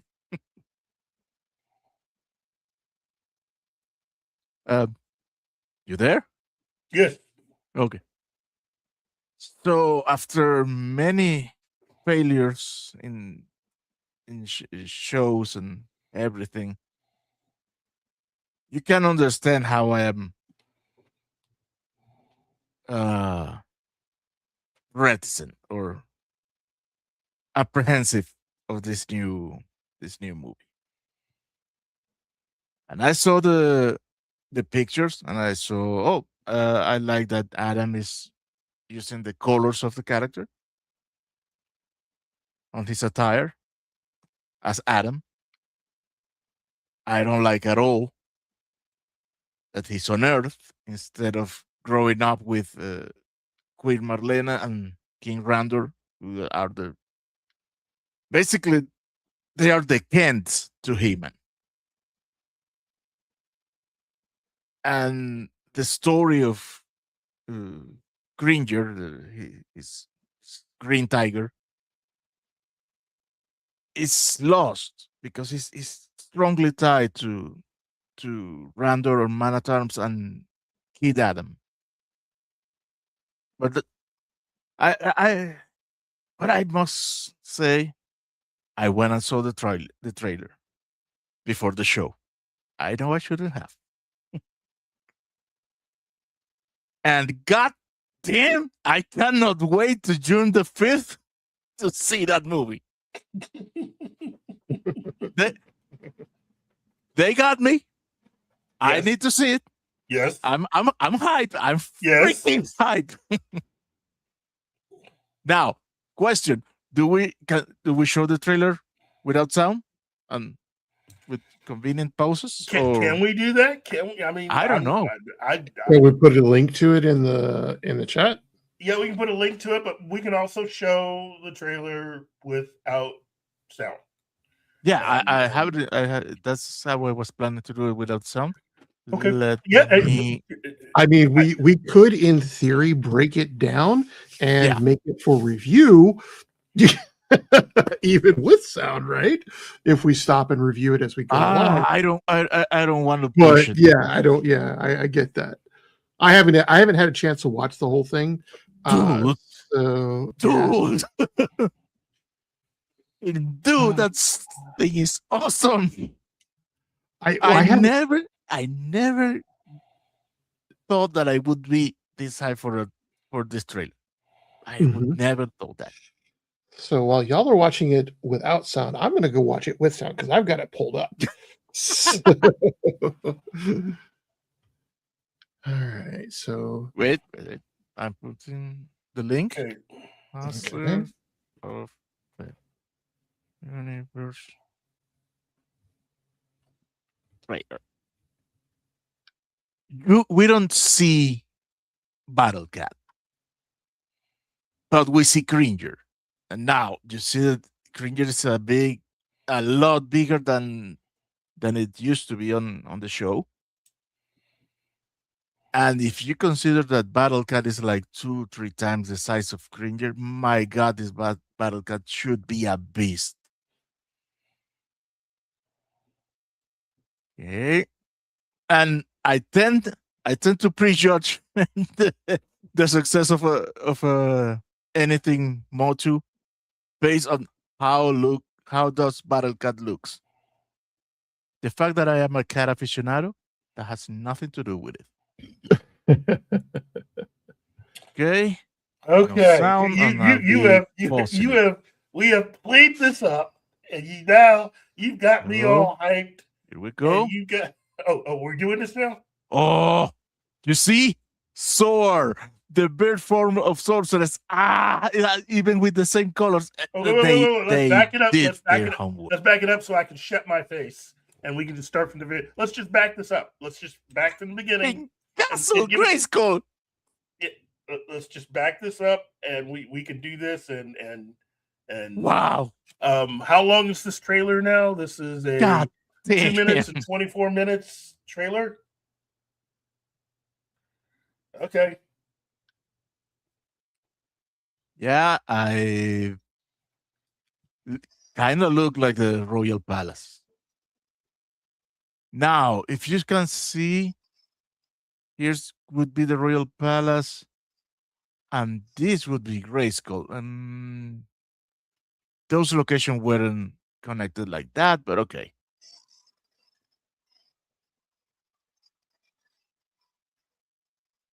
The Sword of Power or the Sword of He, however you want to call it. It has been the best rendering to date. Not exactly, but it's 99% it.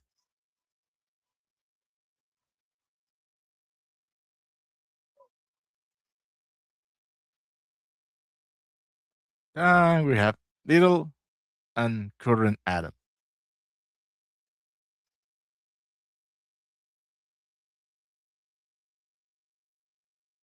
Who is living on Earth? I'm still not happy about that, but okay.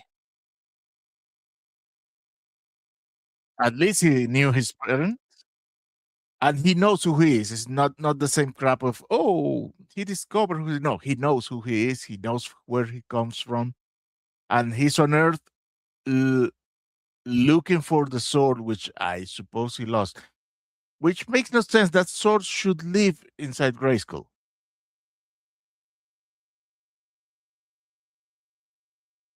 Oh, you see the play on the pronouns?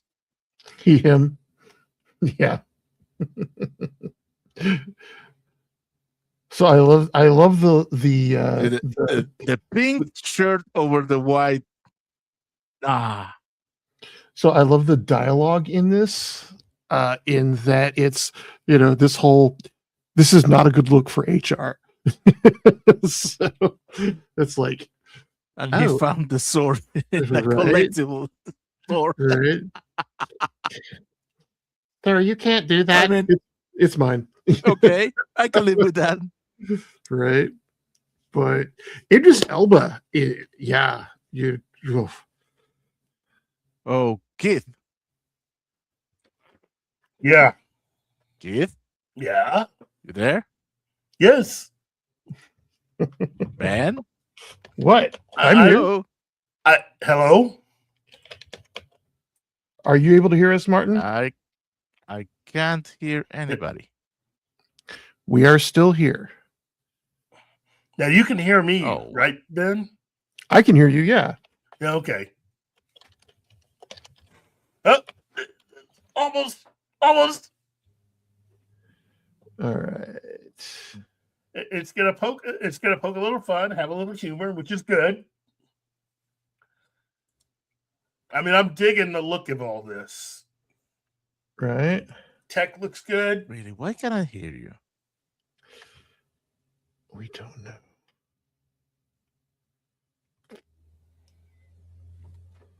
Mm. Okay, guys, can you Nicholas put a Nicholas Galitzine. We can hear you. Yeah. guys? We can hear you, Martin. Hang on. I'm gonna send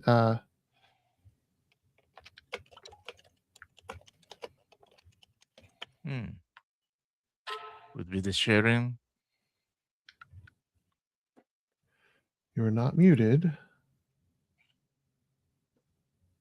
Mm. Gambit, have you hang on a second? Look at that beautiful cat. Yeah, Idris Elba as Man at Arms. I think that they could have worked a little more on his armor, but it's still recognizable.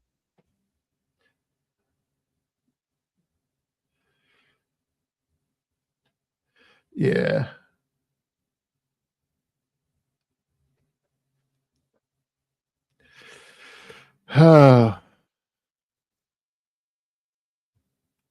This yeah. Okay.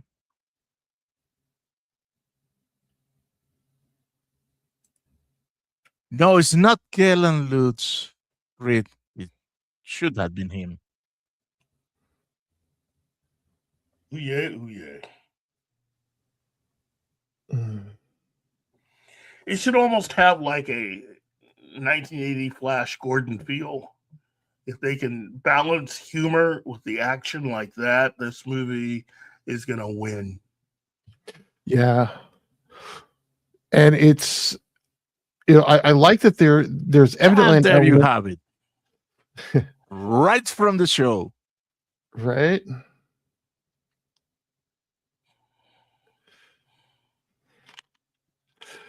I like that that there's kind of a he knows aspect of it while he's on Earth, but you know.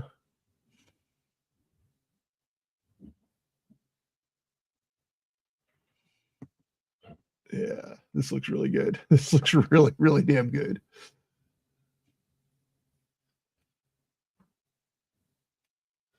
Awesome. So Martin, can you hear us now? And I can still hear you. So I'm gonna get back. Okay. I'm You gonna go jump out and out get and jump back. back in. Yeah. 'Cause I think the whole We'll thing- talk. Yeah, because I think the whole thing started when the screen share started. I'm wondering if that kicked his audio all over the place. Yeah. He may have even changed his mic. He may needed to check his settings, kind of like what was done with me before the show started. Right. Anyway, hey. Can you hear us now?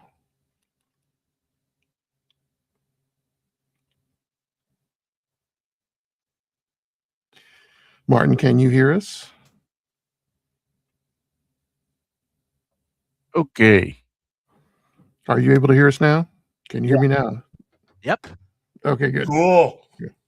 Excellent. Excellent. Smithers, I agree, Reed, by Smithers nature. Styles. Skeletor looks on point. At last. Right? No shade to Frank Langella. Right. But and the thing that scares me about this is that it is Jared Leto in that behind that mask. It doesn't scare me. It's just I have concerns. You know. It doesn't scare me at all. So you think Jared Leto's going to pull it off? I think so. Yeah, me too. I think the whole movie looks ready to go. I think a whole new generation of kids are about to enjoy some He-Man. You know, I certainly hope so. because I'm telling you right now, you know, yeah, we definitely need this because it doesn't seem like anything else is gonna going to be going right for a while. You know, Everything else seems to be working, right? well, I mean, the MCU's off track. It looks like the DCU's headed off track, and with the current rumor about who they're going to have right, Brave and the Bold, and Who are I they having just right, Brave and Bold? you don't want to know, dude. You just don't want to know. Look, I like James Gunn. Okay, I do. I like the guy. But dude, whatever you're smoking, whatever you're doing, you got to stop. Just stop, dude. You just got to stop. But yeah. I mean, again, I wish nothing but the best for everybody tied to this movie, Masters of the Universe. I hope it is a major success. You know, along with the upcoming Dune Part 3, which looks like it's gonna be kind of cool.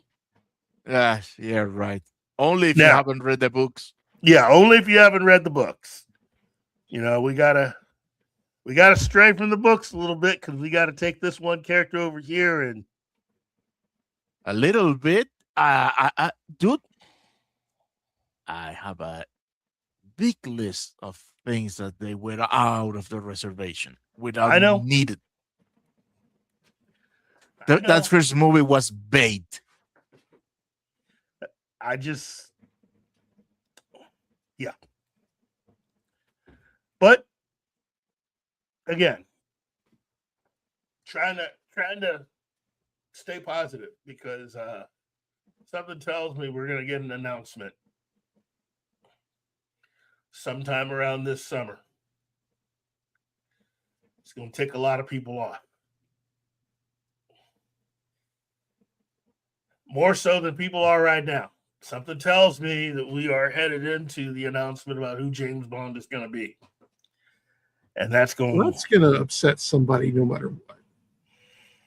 Yeah. With Amazon, though, I think Amazon's going to go out of their way to take as many people off as possible. Dude, it should be Aaron Taylor Johnson. I'm just saying they're gonna do it. They're going to piss people off. Don't tell me. Even Pedro Pascal.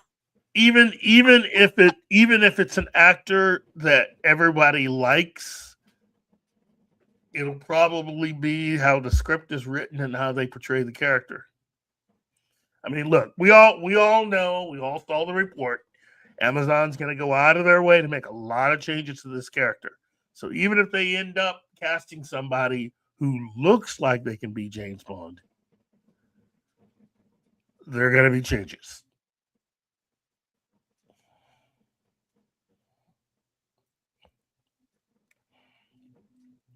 So obviously certain people in Hollywood are not. They currently have not lost enough money yet. So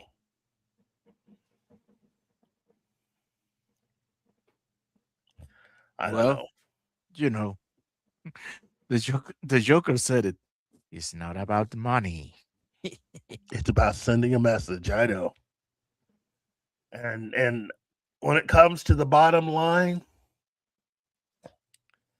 I'm telling you right now, basic business 101. You never F with the money. You just don't do it. You just don't do it. And there's a lot of people who seem to think that it just doesn't matter. You can mess with all the money you want. It just doesn't matter.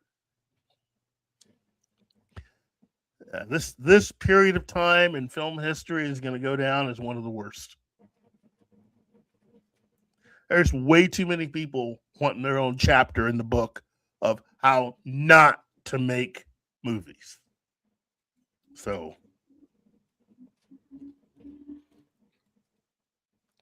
Bob Iger and Aunt Katie and fighting for his own major chapter, Kevin Feige. They just don't care at this point. So I wish I had better news for everybody. But you know what? I choose to end up on the happy note of Masters of the Universe looks like it's going to rock.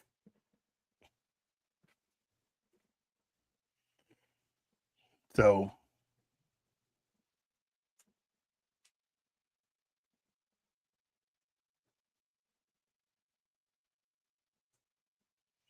Yeah, well, I'm hyped. I can tell. I'm really hyped, and I haven't felt this way before any entertainment news in a long time. Nice save Let there. me tell you. I'm kind of with you. You know, I'm looking forward to it. We'll see how this goes. You know, because I got to tell you, I'm not really looking forward to too much else. Too much else outside of Godzilla Year Zero. Oh, that one. Hey, the same group of people that made the first one and taught Hollywood how to make movies that look that good, are that good, without even being that expensive. And they're about ready to teach Hollywood that lesson again.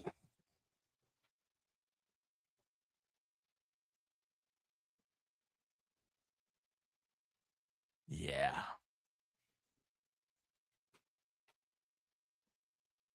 Ooh. But you got to wait till November to see that one. So in November, we got Godzilla Year Zero. Coming up in December, Dune Part 3. Oh, and Marvel Studios with their movie called Dump Truck Money. I don't see myself going to theaters for June 3.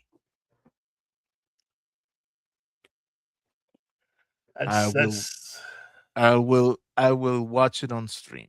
I am not paying again. No. It's not what the studio wants to hear. It's not what the mouse wants to hear. Don't care. They fumbled the ball completely with the second movie.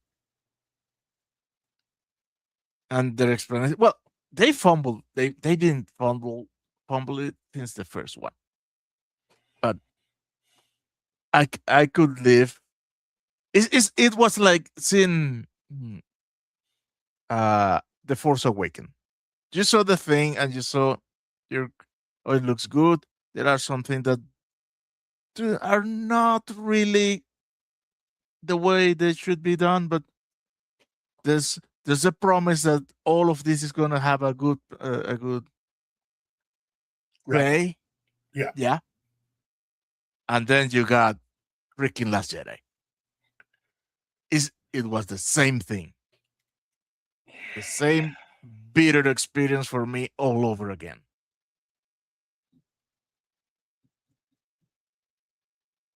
Oh my goodness. No. No. What they did to everybody. What they did to Lady Jessica. What they did to the Harkonnens. To the whole GD Prime. Yeah. Chani. The relationship between her and Paul. Not to mention the atheist Fremen. The fuck? Did they even bother themselves with reading the book? Oh. No. No. I'm sorry. And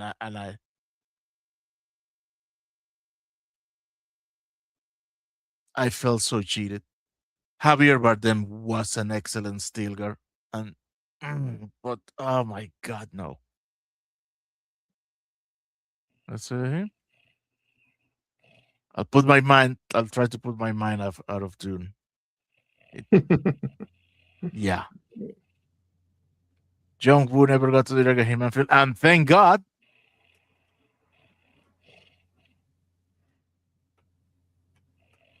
Yeah.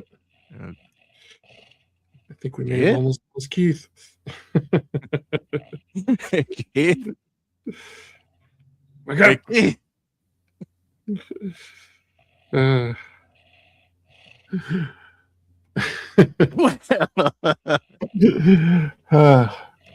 Keith. Yo, Hello. So, Yeah, I think that's our cue. right. But yeah, I enjoyed the research for this episode, and I appreciate all the stuff that you sent us, Keith. yeah, I keep going down this rabbit hole of other stuff. I keep finding stuff. It's just like, man, we haven't even really scratched the surface. But I hope we were able to communicate how much this guy was able to accomplish in his life and the people that he knows. The stuff that I put in there about all the people within the business that were just fans of his is a good example. But like I didn't realize how close of a relationship he had with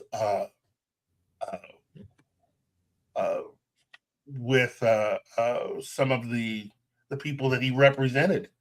I didn't realize that some of them were just lifelong friends. And wow, I've learned a lot today. We didn't get a chance to discuss a lot of this, but I may just go ahead and save a lot of this stuff for his actual birthday in November. Sorry. Yeah, the thing I loved about like going through, especially as they were listing all the movies he was in, he did not have a problem with being in a schlock movie. I mean, one of them was Curse the Queer Wolf, which I've seen. Was it the Double D Avenger? Which is yeah. It's even more ludicrous than the first one. Yeah, the Double D Avenger, starring several porn stars from the 70s. He was just in a lot of low budget but fun films, and I love that. Yes. Because he didn't get to the point where he's like, I can't be in that. Well, I don't think he ever had any illusions as to. I don't think he had any. I should say, I don't think he ever had any aspirations above where he was. Yeah. As we learned about Stan Lee from Denny O'Neil, which was the Fat Man on Batman interview he did with Kevin Smith, turns out that Stan Lee harbored a secret desire to be an actor. So that's the reason why you didn't see him in a lot of stuff. Whereas Forrest Ackerman understood that, for as long as he's been doing it, he's got fans probably throughout all of the entire industry. And there are all kinds of directors and writers and others who would like the opportunity for him to come be in their movie because they are fans. Right. Yeah, and I think Ackerman understood something that I have loved about being an indie author. There is fame, and then there is being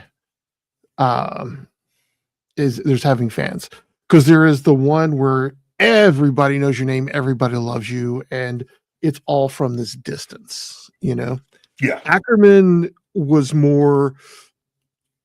Everybody he was associated with, all of his fans were people that he was up close with on some level. It makes sense. Well, also, he was also driven. He wasn't just a business guy. He wasn't just a Hollywood guy. He was a fan. He juggled. In other words, he never saw them as three different things. He never had to change how he was. He was just himself. Yeah. And that kind of way of approaching things allowed him to achieve more than what many people thought was possible. It's the reason why, it's kind of a ballsy move to send a letter to Tolkien and try to get the rights to The Lord of the Rings. because you would like to turn that into a movie. And for those of you who can Google it, Google Professor Tolkien's letter back to Forrest J. Ackerman. It's a great letter. It's one of the best. It's one of the nicest F no letters I have ever read. Not just no, but F no in the nicest way possible. Well, bear in mind, Tolkien was British. True, but I mean, even British people have a way of just saying F off. And Right. Tolkien was just like, yeah, no. I'm gonna write this way. I mean, it's an F off letter, but it's the nicest F off letter you'll ever read. Right. And it's just well, but yeah. Oh wow! Look, good show today, everybody. Yeah. Again, there's this whole rabbit hole that you can go down with Forrest J. Ackerman with. There's even more stuff. I know there's some of you out there who's like, there's more? Yeah, there's more. There's a lot more to this guy. His life was very extensive. And if you just take it by the decade, there's interesting things to find. But it's the reason why he is, again, the architect of pop culture fandom.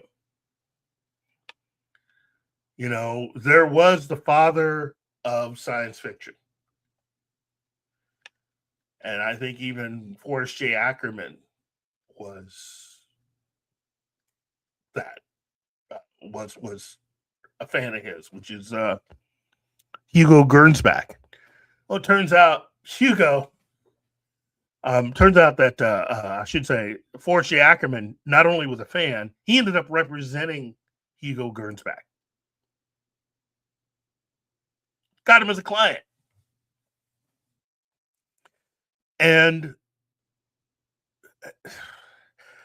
man, I mean, do you know how ballsy you have to be able to do that? And yet it's his life.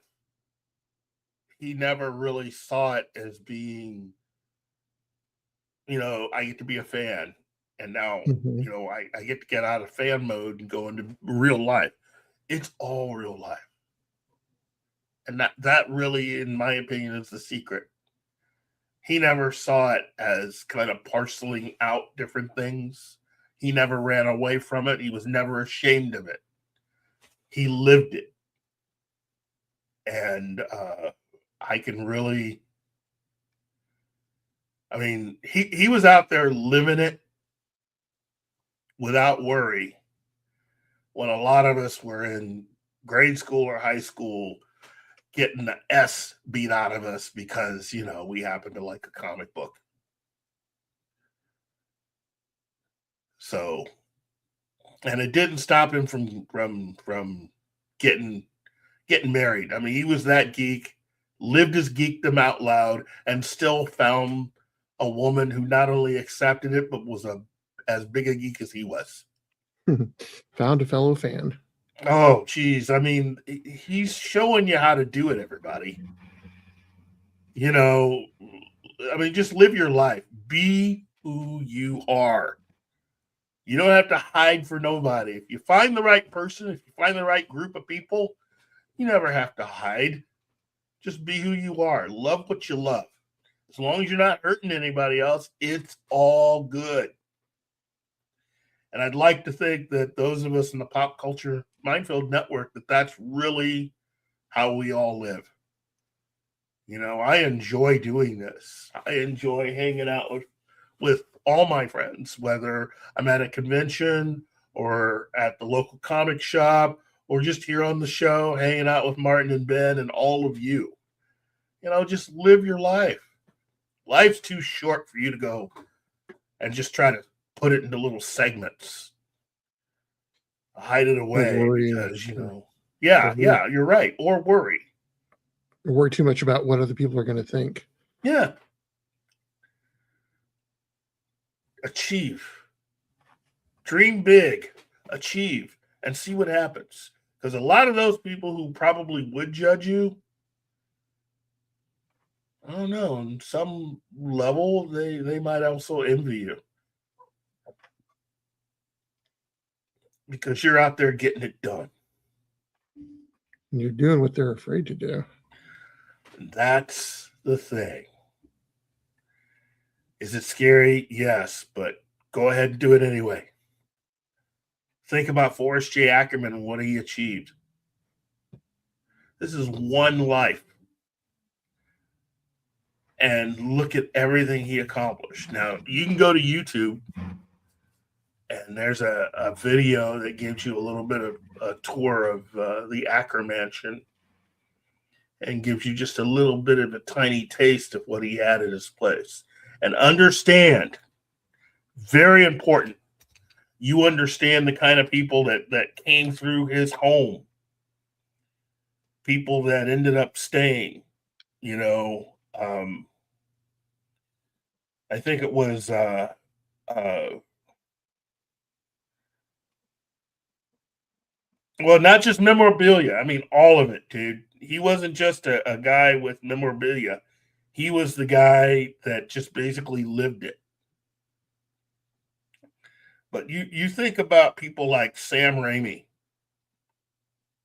I think my favorite story is Rick Baker. Rick Baker is my favorite story. Rick Baker tells this story about how growing up reading Famous Monsters of Filmland, and that became his thing. That's how he learned about who Dick Smith was and makeup and all that stuff. And if you don't know who Rick Baker is, he's the freaking genius that is just makeup effects are just nothing for him. And I feel he's the guy I want living on my block. He's the guy you want on your film.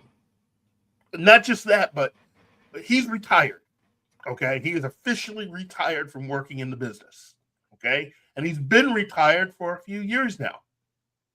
Check out the huge collection put out, this huge book collection that Rick Baker put out on his work. Trust me, it's amazing. You'll enjoy it. But no, what it was that Rick Baker, as soon as he graduated from high school, took what little money he had, jumped on a bus, and went to Los Angeles. He was going to try to make it in the business. And the first thing he wanted to do was visit the Ackerman Mansion. So he goes there, spending, all this money, the little money he had, to take a tour through this mecca of his fandom. And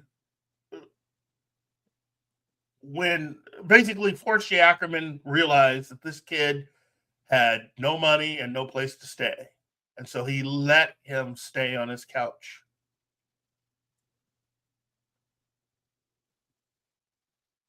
Until he got his first job.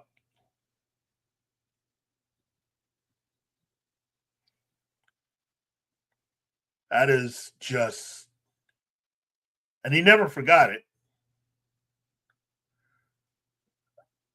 And I don't think Rick was the first person he's ever allowed to do that. But there are not really that many people that would do something like that.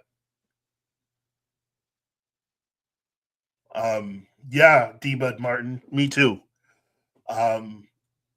People like James Cameron, who dreamed of always visiting, again, he was the kid from Canada, or Peter, the way Peter Jackson tells it, being this kid living in New Zealand and dreaming of this place. And finally, his first trip to America, to California, and that was the number one place he wanted to go visit. It wasn't the studio. It was the Ackerman Mansion.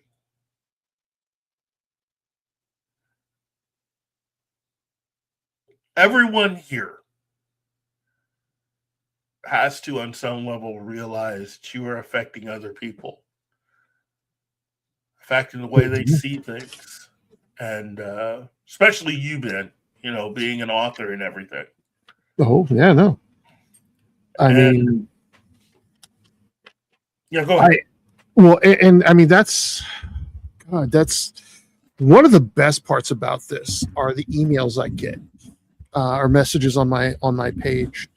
The one that to this day still makes me go, holy crap, I did something worthwhile, is the kid that sent me an email saying, I just wanted to let you know that reading The Demon's Apprentice got me through a very rough time in my life.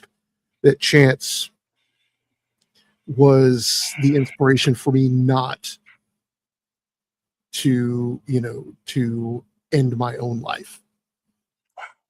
And yeah, and I'm going, and you sit here going, you're just, it's the kind of thing that floors you. Yeah. I mean, my first con at Vision Con after I wrote it, there was, and bear in mind, this is the version of The Demon's Apprentice that had a terrible cover. It was a pretty cover, but it was a terrible cover. But this girl and her boyfriend volunteered at Vision Con as gophers so they could get in, and they'd come down to Vision Con just to see me because they liked the book, which is why and that early on I'm going, oh my, I'm barely making $500 on this thing, but it is having an effect on people that is way outside of what, those words work. They, so I mean that's why I've never charged anybody to sign the book. I'm just going, yeah, sure, let me sign that book for you, because when you put stuff out there, you have an impact. You don't know what that impact's going to be, but when it's a good one, I mean, it's humbling, more humbling than anything else, than any other aspect of what I do.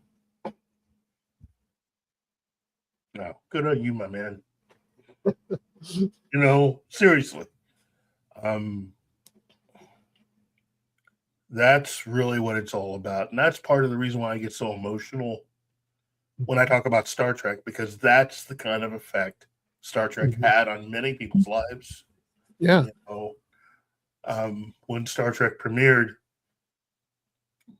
there were a lot of people who felt that way. And to disrespect that, to invalidate what someone else felt and what they went through and their reaction to it, nobody's got a right to do that, especially if you are creative.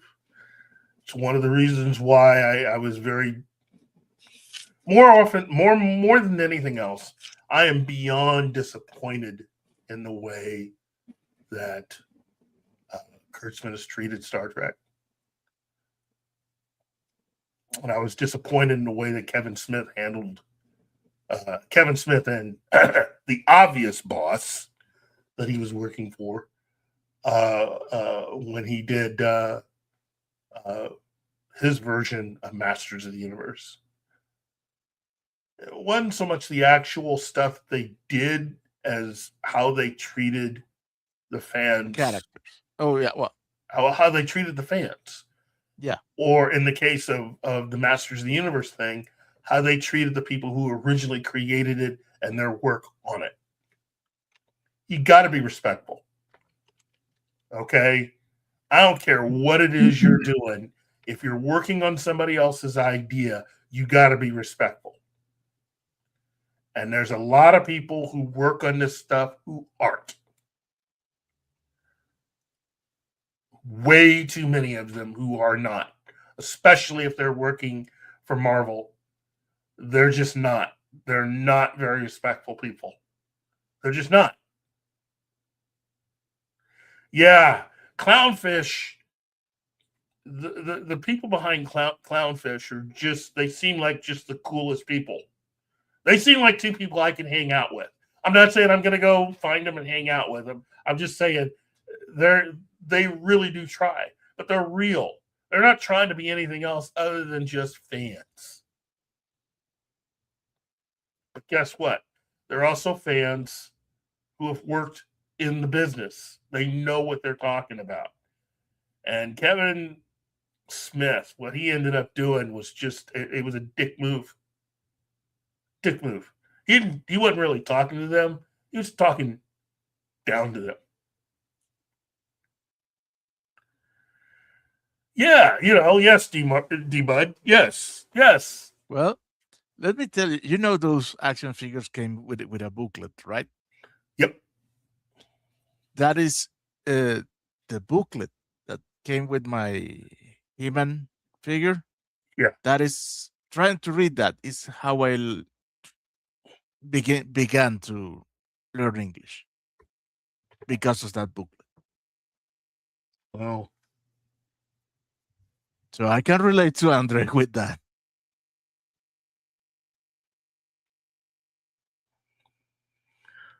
Look, there are a-holes involved with everything. And there's no reason to be disrespectful. But if you are taking over for someone else, especially if it's something created by someone who's no longer alive, you have to treat that with respect.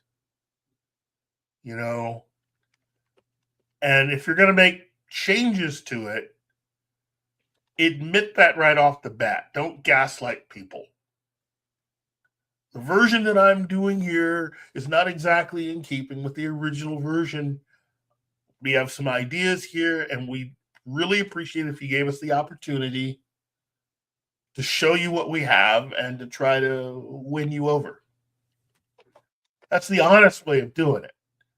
Not the BS that we see. It's like, well, if you don't like it, you're not really a fan. It's like, that's gaslighting. Exactly. Or it was always like this, you just didn't realize it. That's also gaslighting. Gosh, I hate that. I hate that more than anything else. That's really even worse than lying to me. If you can't be honest about the work that you've done, especially as something that you obviously didn't create, I can't root for you.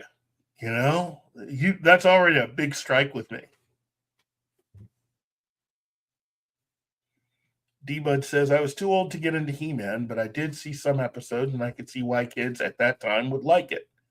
I watched a lot of Lou Scheimer. Oh, yeah. Lou Scheimer cartoons in the 60s and loved them. Scheimer was the man. Dude. I just didn't like the way that Kevin Smith seemed to be making fun of him and the people that were responsible for the show. They did what they did, and they made a lot of people happy. And guess what? They made some money too. Yeah, but some bells had to be wrong because the second season they walked back a lot of the shit that they pulled on the first one. I know. That's because the guy who was actually running things came up with the idea to try to undo it. I mean, that's the real reason why Kevin Smith was hired. Kevin Smith was not the guy running that production. No. He was the guy whose name was put on. He was a prop. He was a prop to legitimize the thing. That's right. Well, I've mentioned that guy before who actually was running it, and guess what? Yeah. He still works for Netflix. Of course he is. He's still doing what he does. He's still working his own agenda there. So that's another reason why it's bad news if Warner Brothers goes to Netflix, because this dude will have the entire DC catalog to play with. And given how he treated He-Man, he's going to do a lot worse with the DC characters.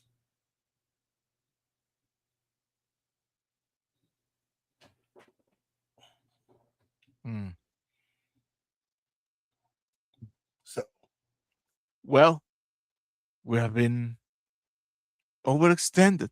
yes, but we've had a good time doing this. And Oh, yeah. again, for all of you out there who want to learn more about Forrest J. Ackerman, there are a lot of books out there written about him.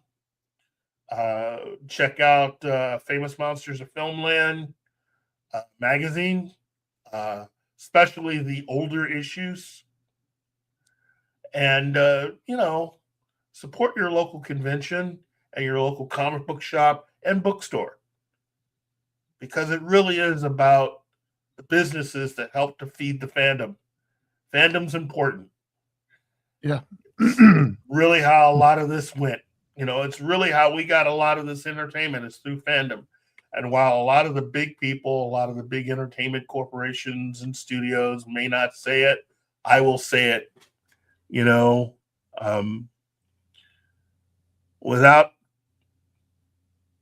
Without this material and without the fans, you got nothing. Fly your fandom flag. Don't be too shy or embarrassed to show it, because really life's too short. Be who you are. Life's a lot easier that way.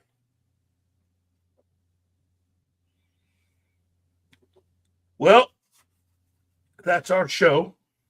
We hope that you will join us next week.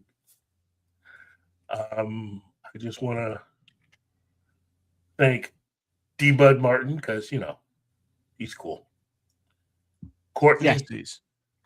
Penny, Read by Nature, Satis Gick, Real Popcorn Geek, our good friend and buddy, Das Wolfen, Andy Morrow, Snortapoopa Skewbar, Gambit the First, and of course, all of you right at home right now watching this that have made it through the entire show. I want to thank you.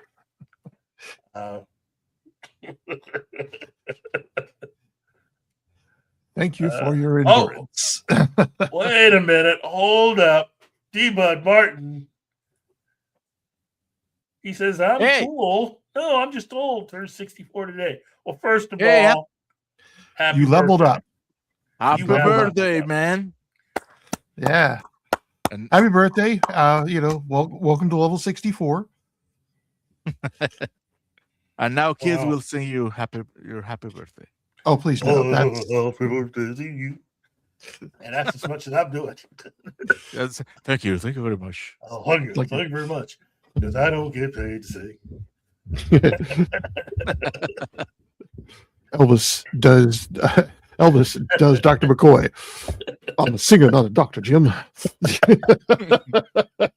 Oh, wow. Actually, DeForest Kelly, whose birthday was just the other day. So, yeah. Wait a minute. Gambit the First says Superman, 1966. Yeah, Lou Scheimer did that. Yes, he did. That was the Superman I grew up with.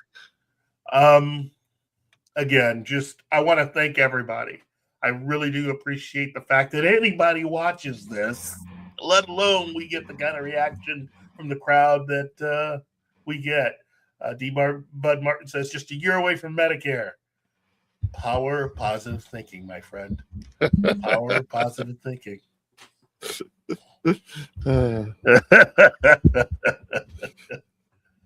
Oh, wow. So, again, just let me thank Martin and Ben, two gentlemen who, without whom I probably wouldn't be doing this. Or I'd just be bugging the heck out of my wife.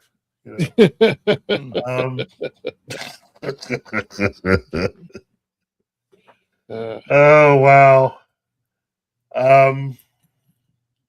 Yeah, it's just enjoy your fandom and enjoy your weekend. I really do enjoy doing this for all of you. And hopefully we can we can have something really interesting to talk about. Although at the rate things are going, we'll never really be boring. Get a chance, check out the nominations for the Academy Award, which were announced this morning. And again, as I said before, support your local bookstore, your local comic shop, and each other.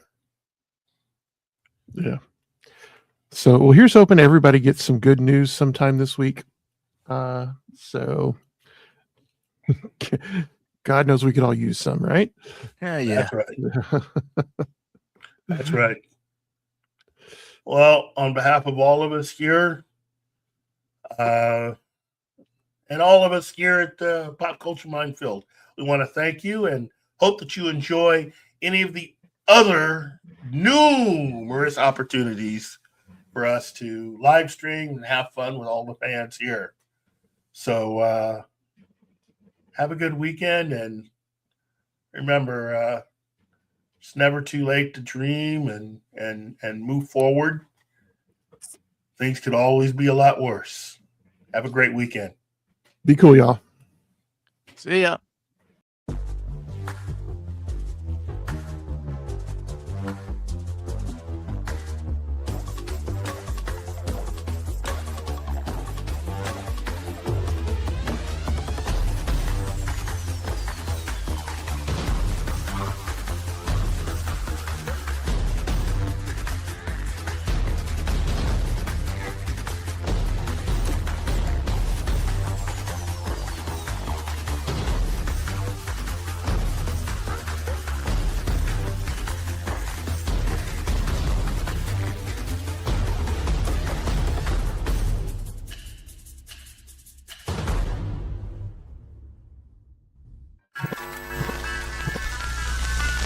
Y'all come back now. You hear?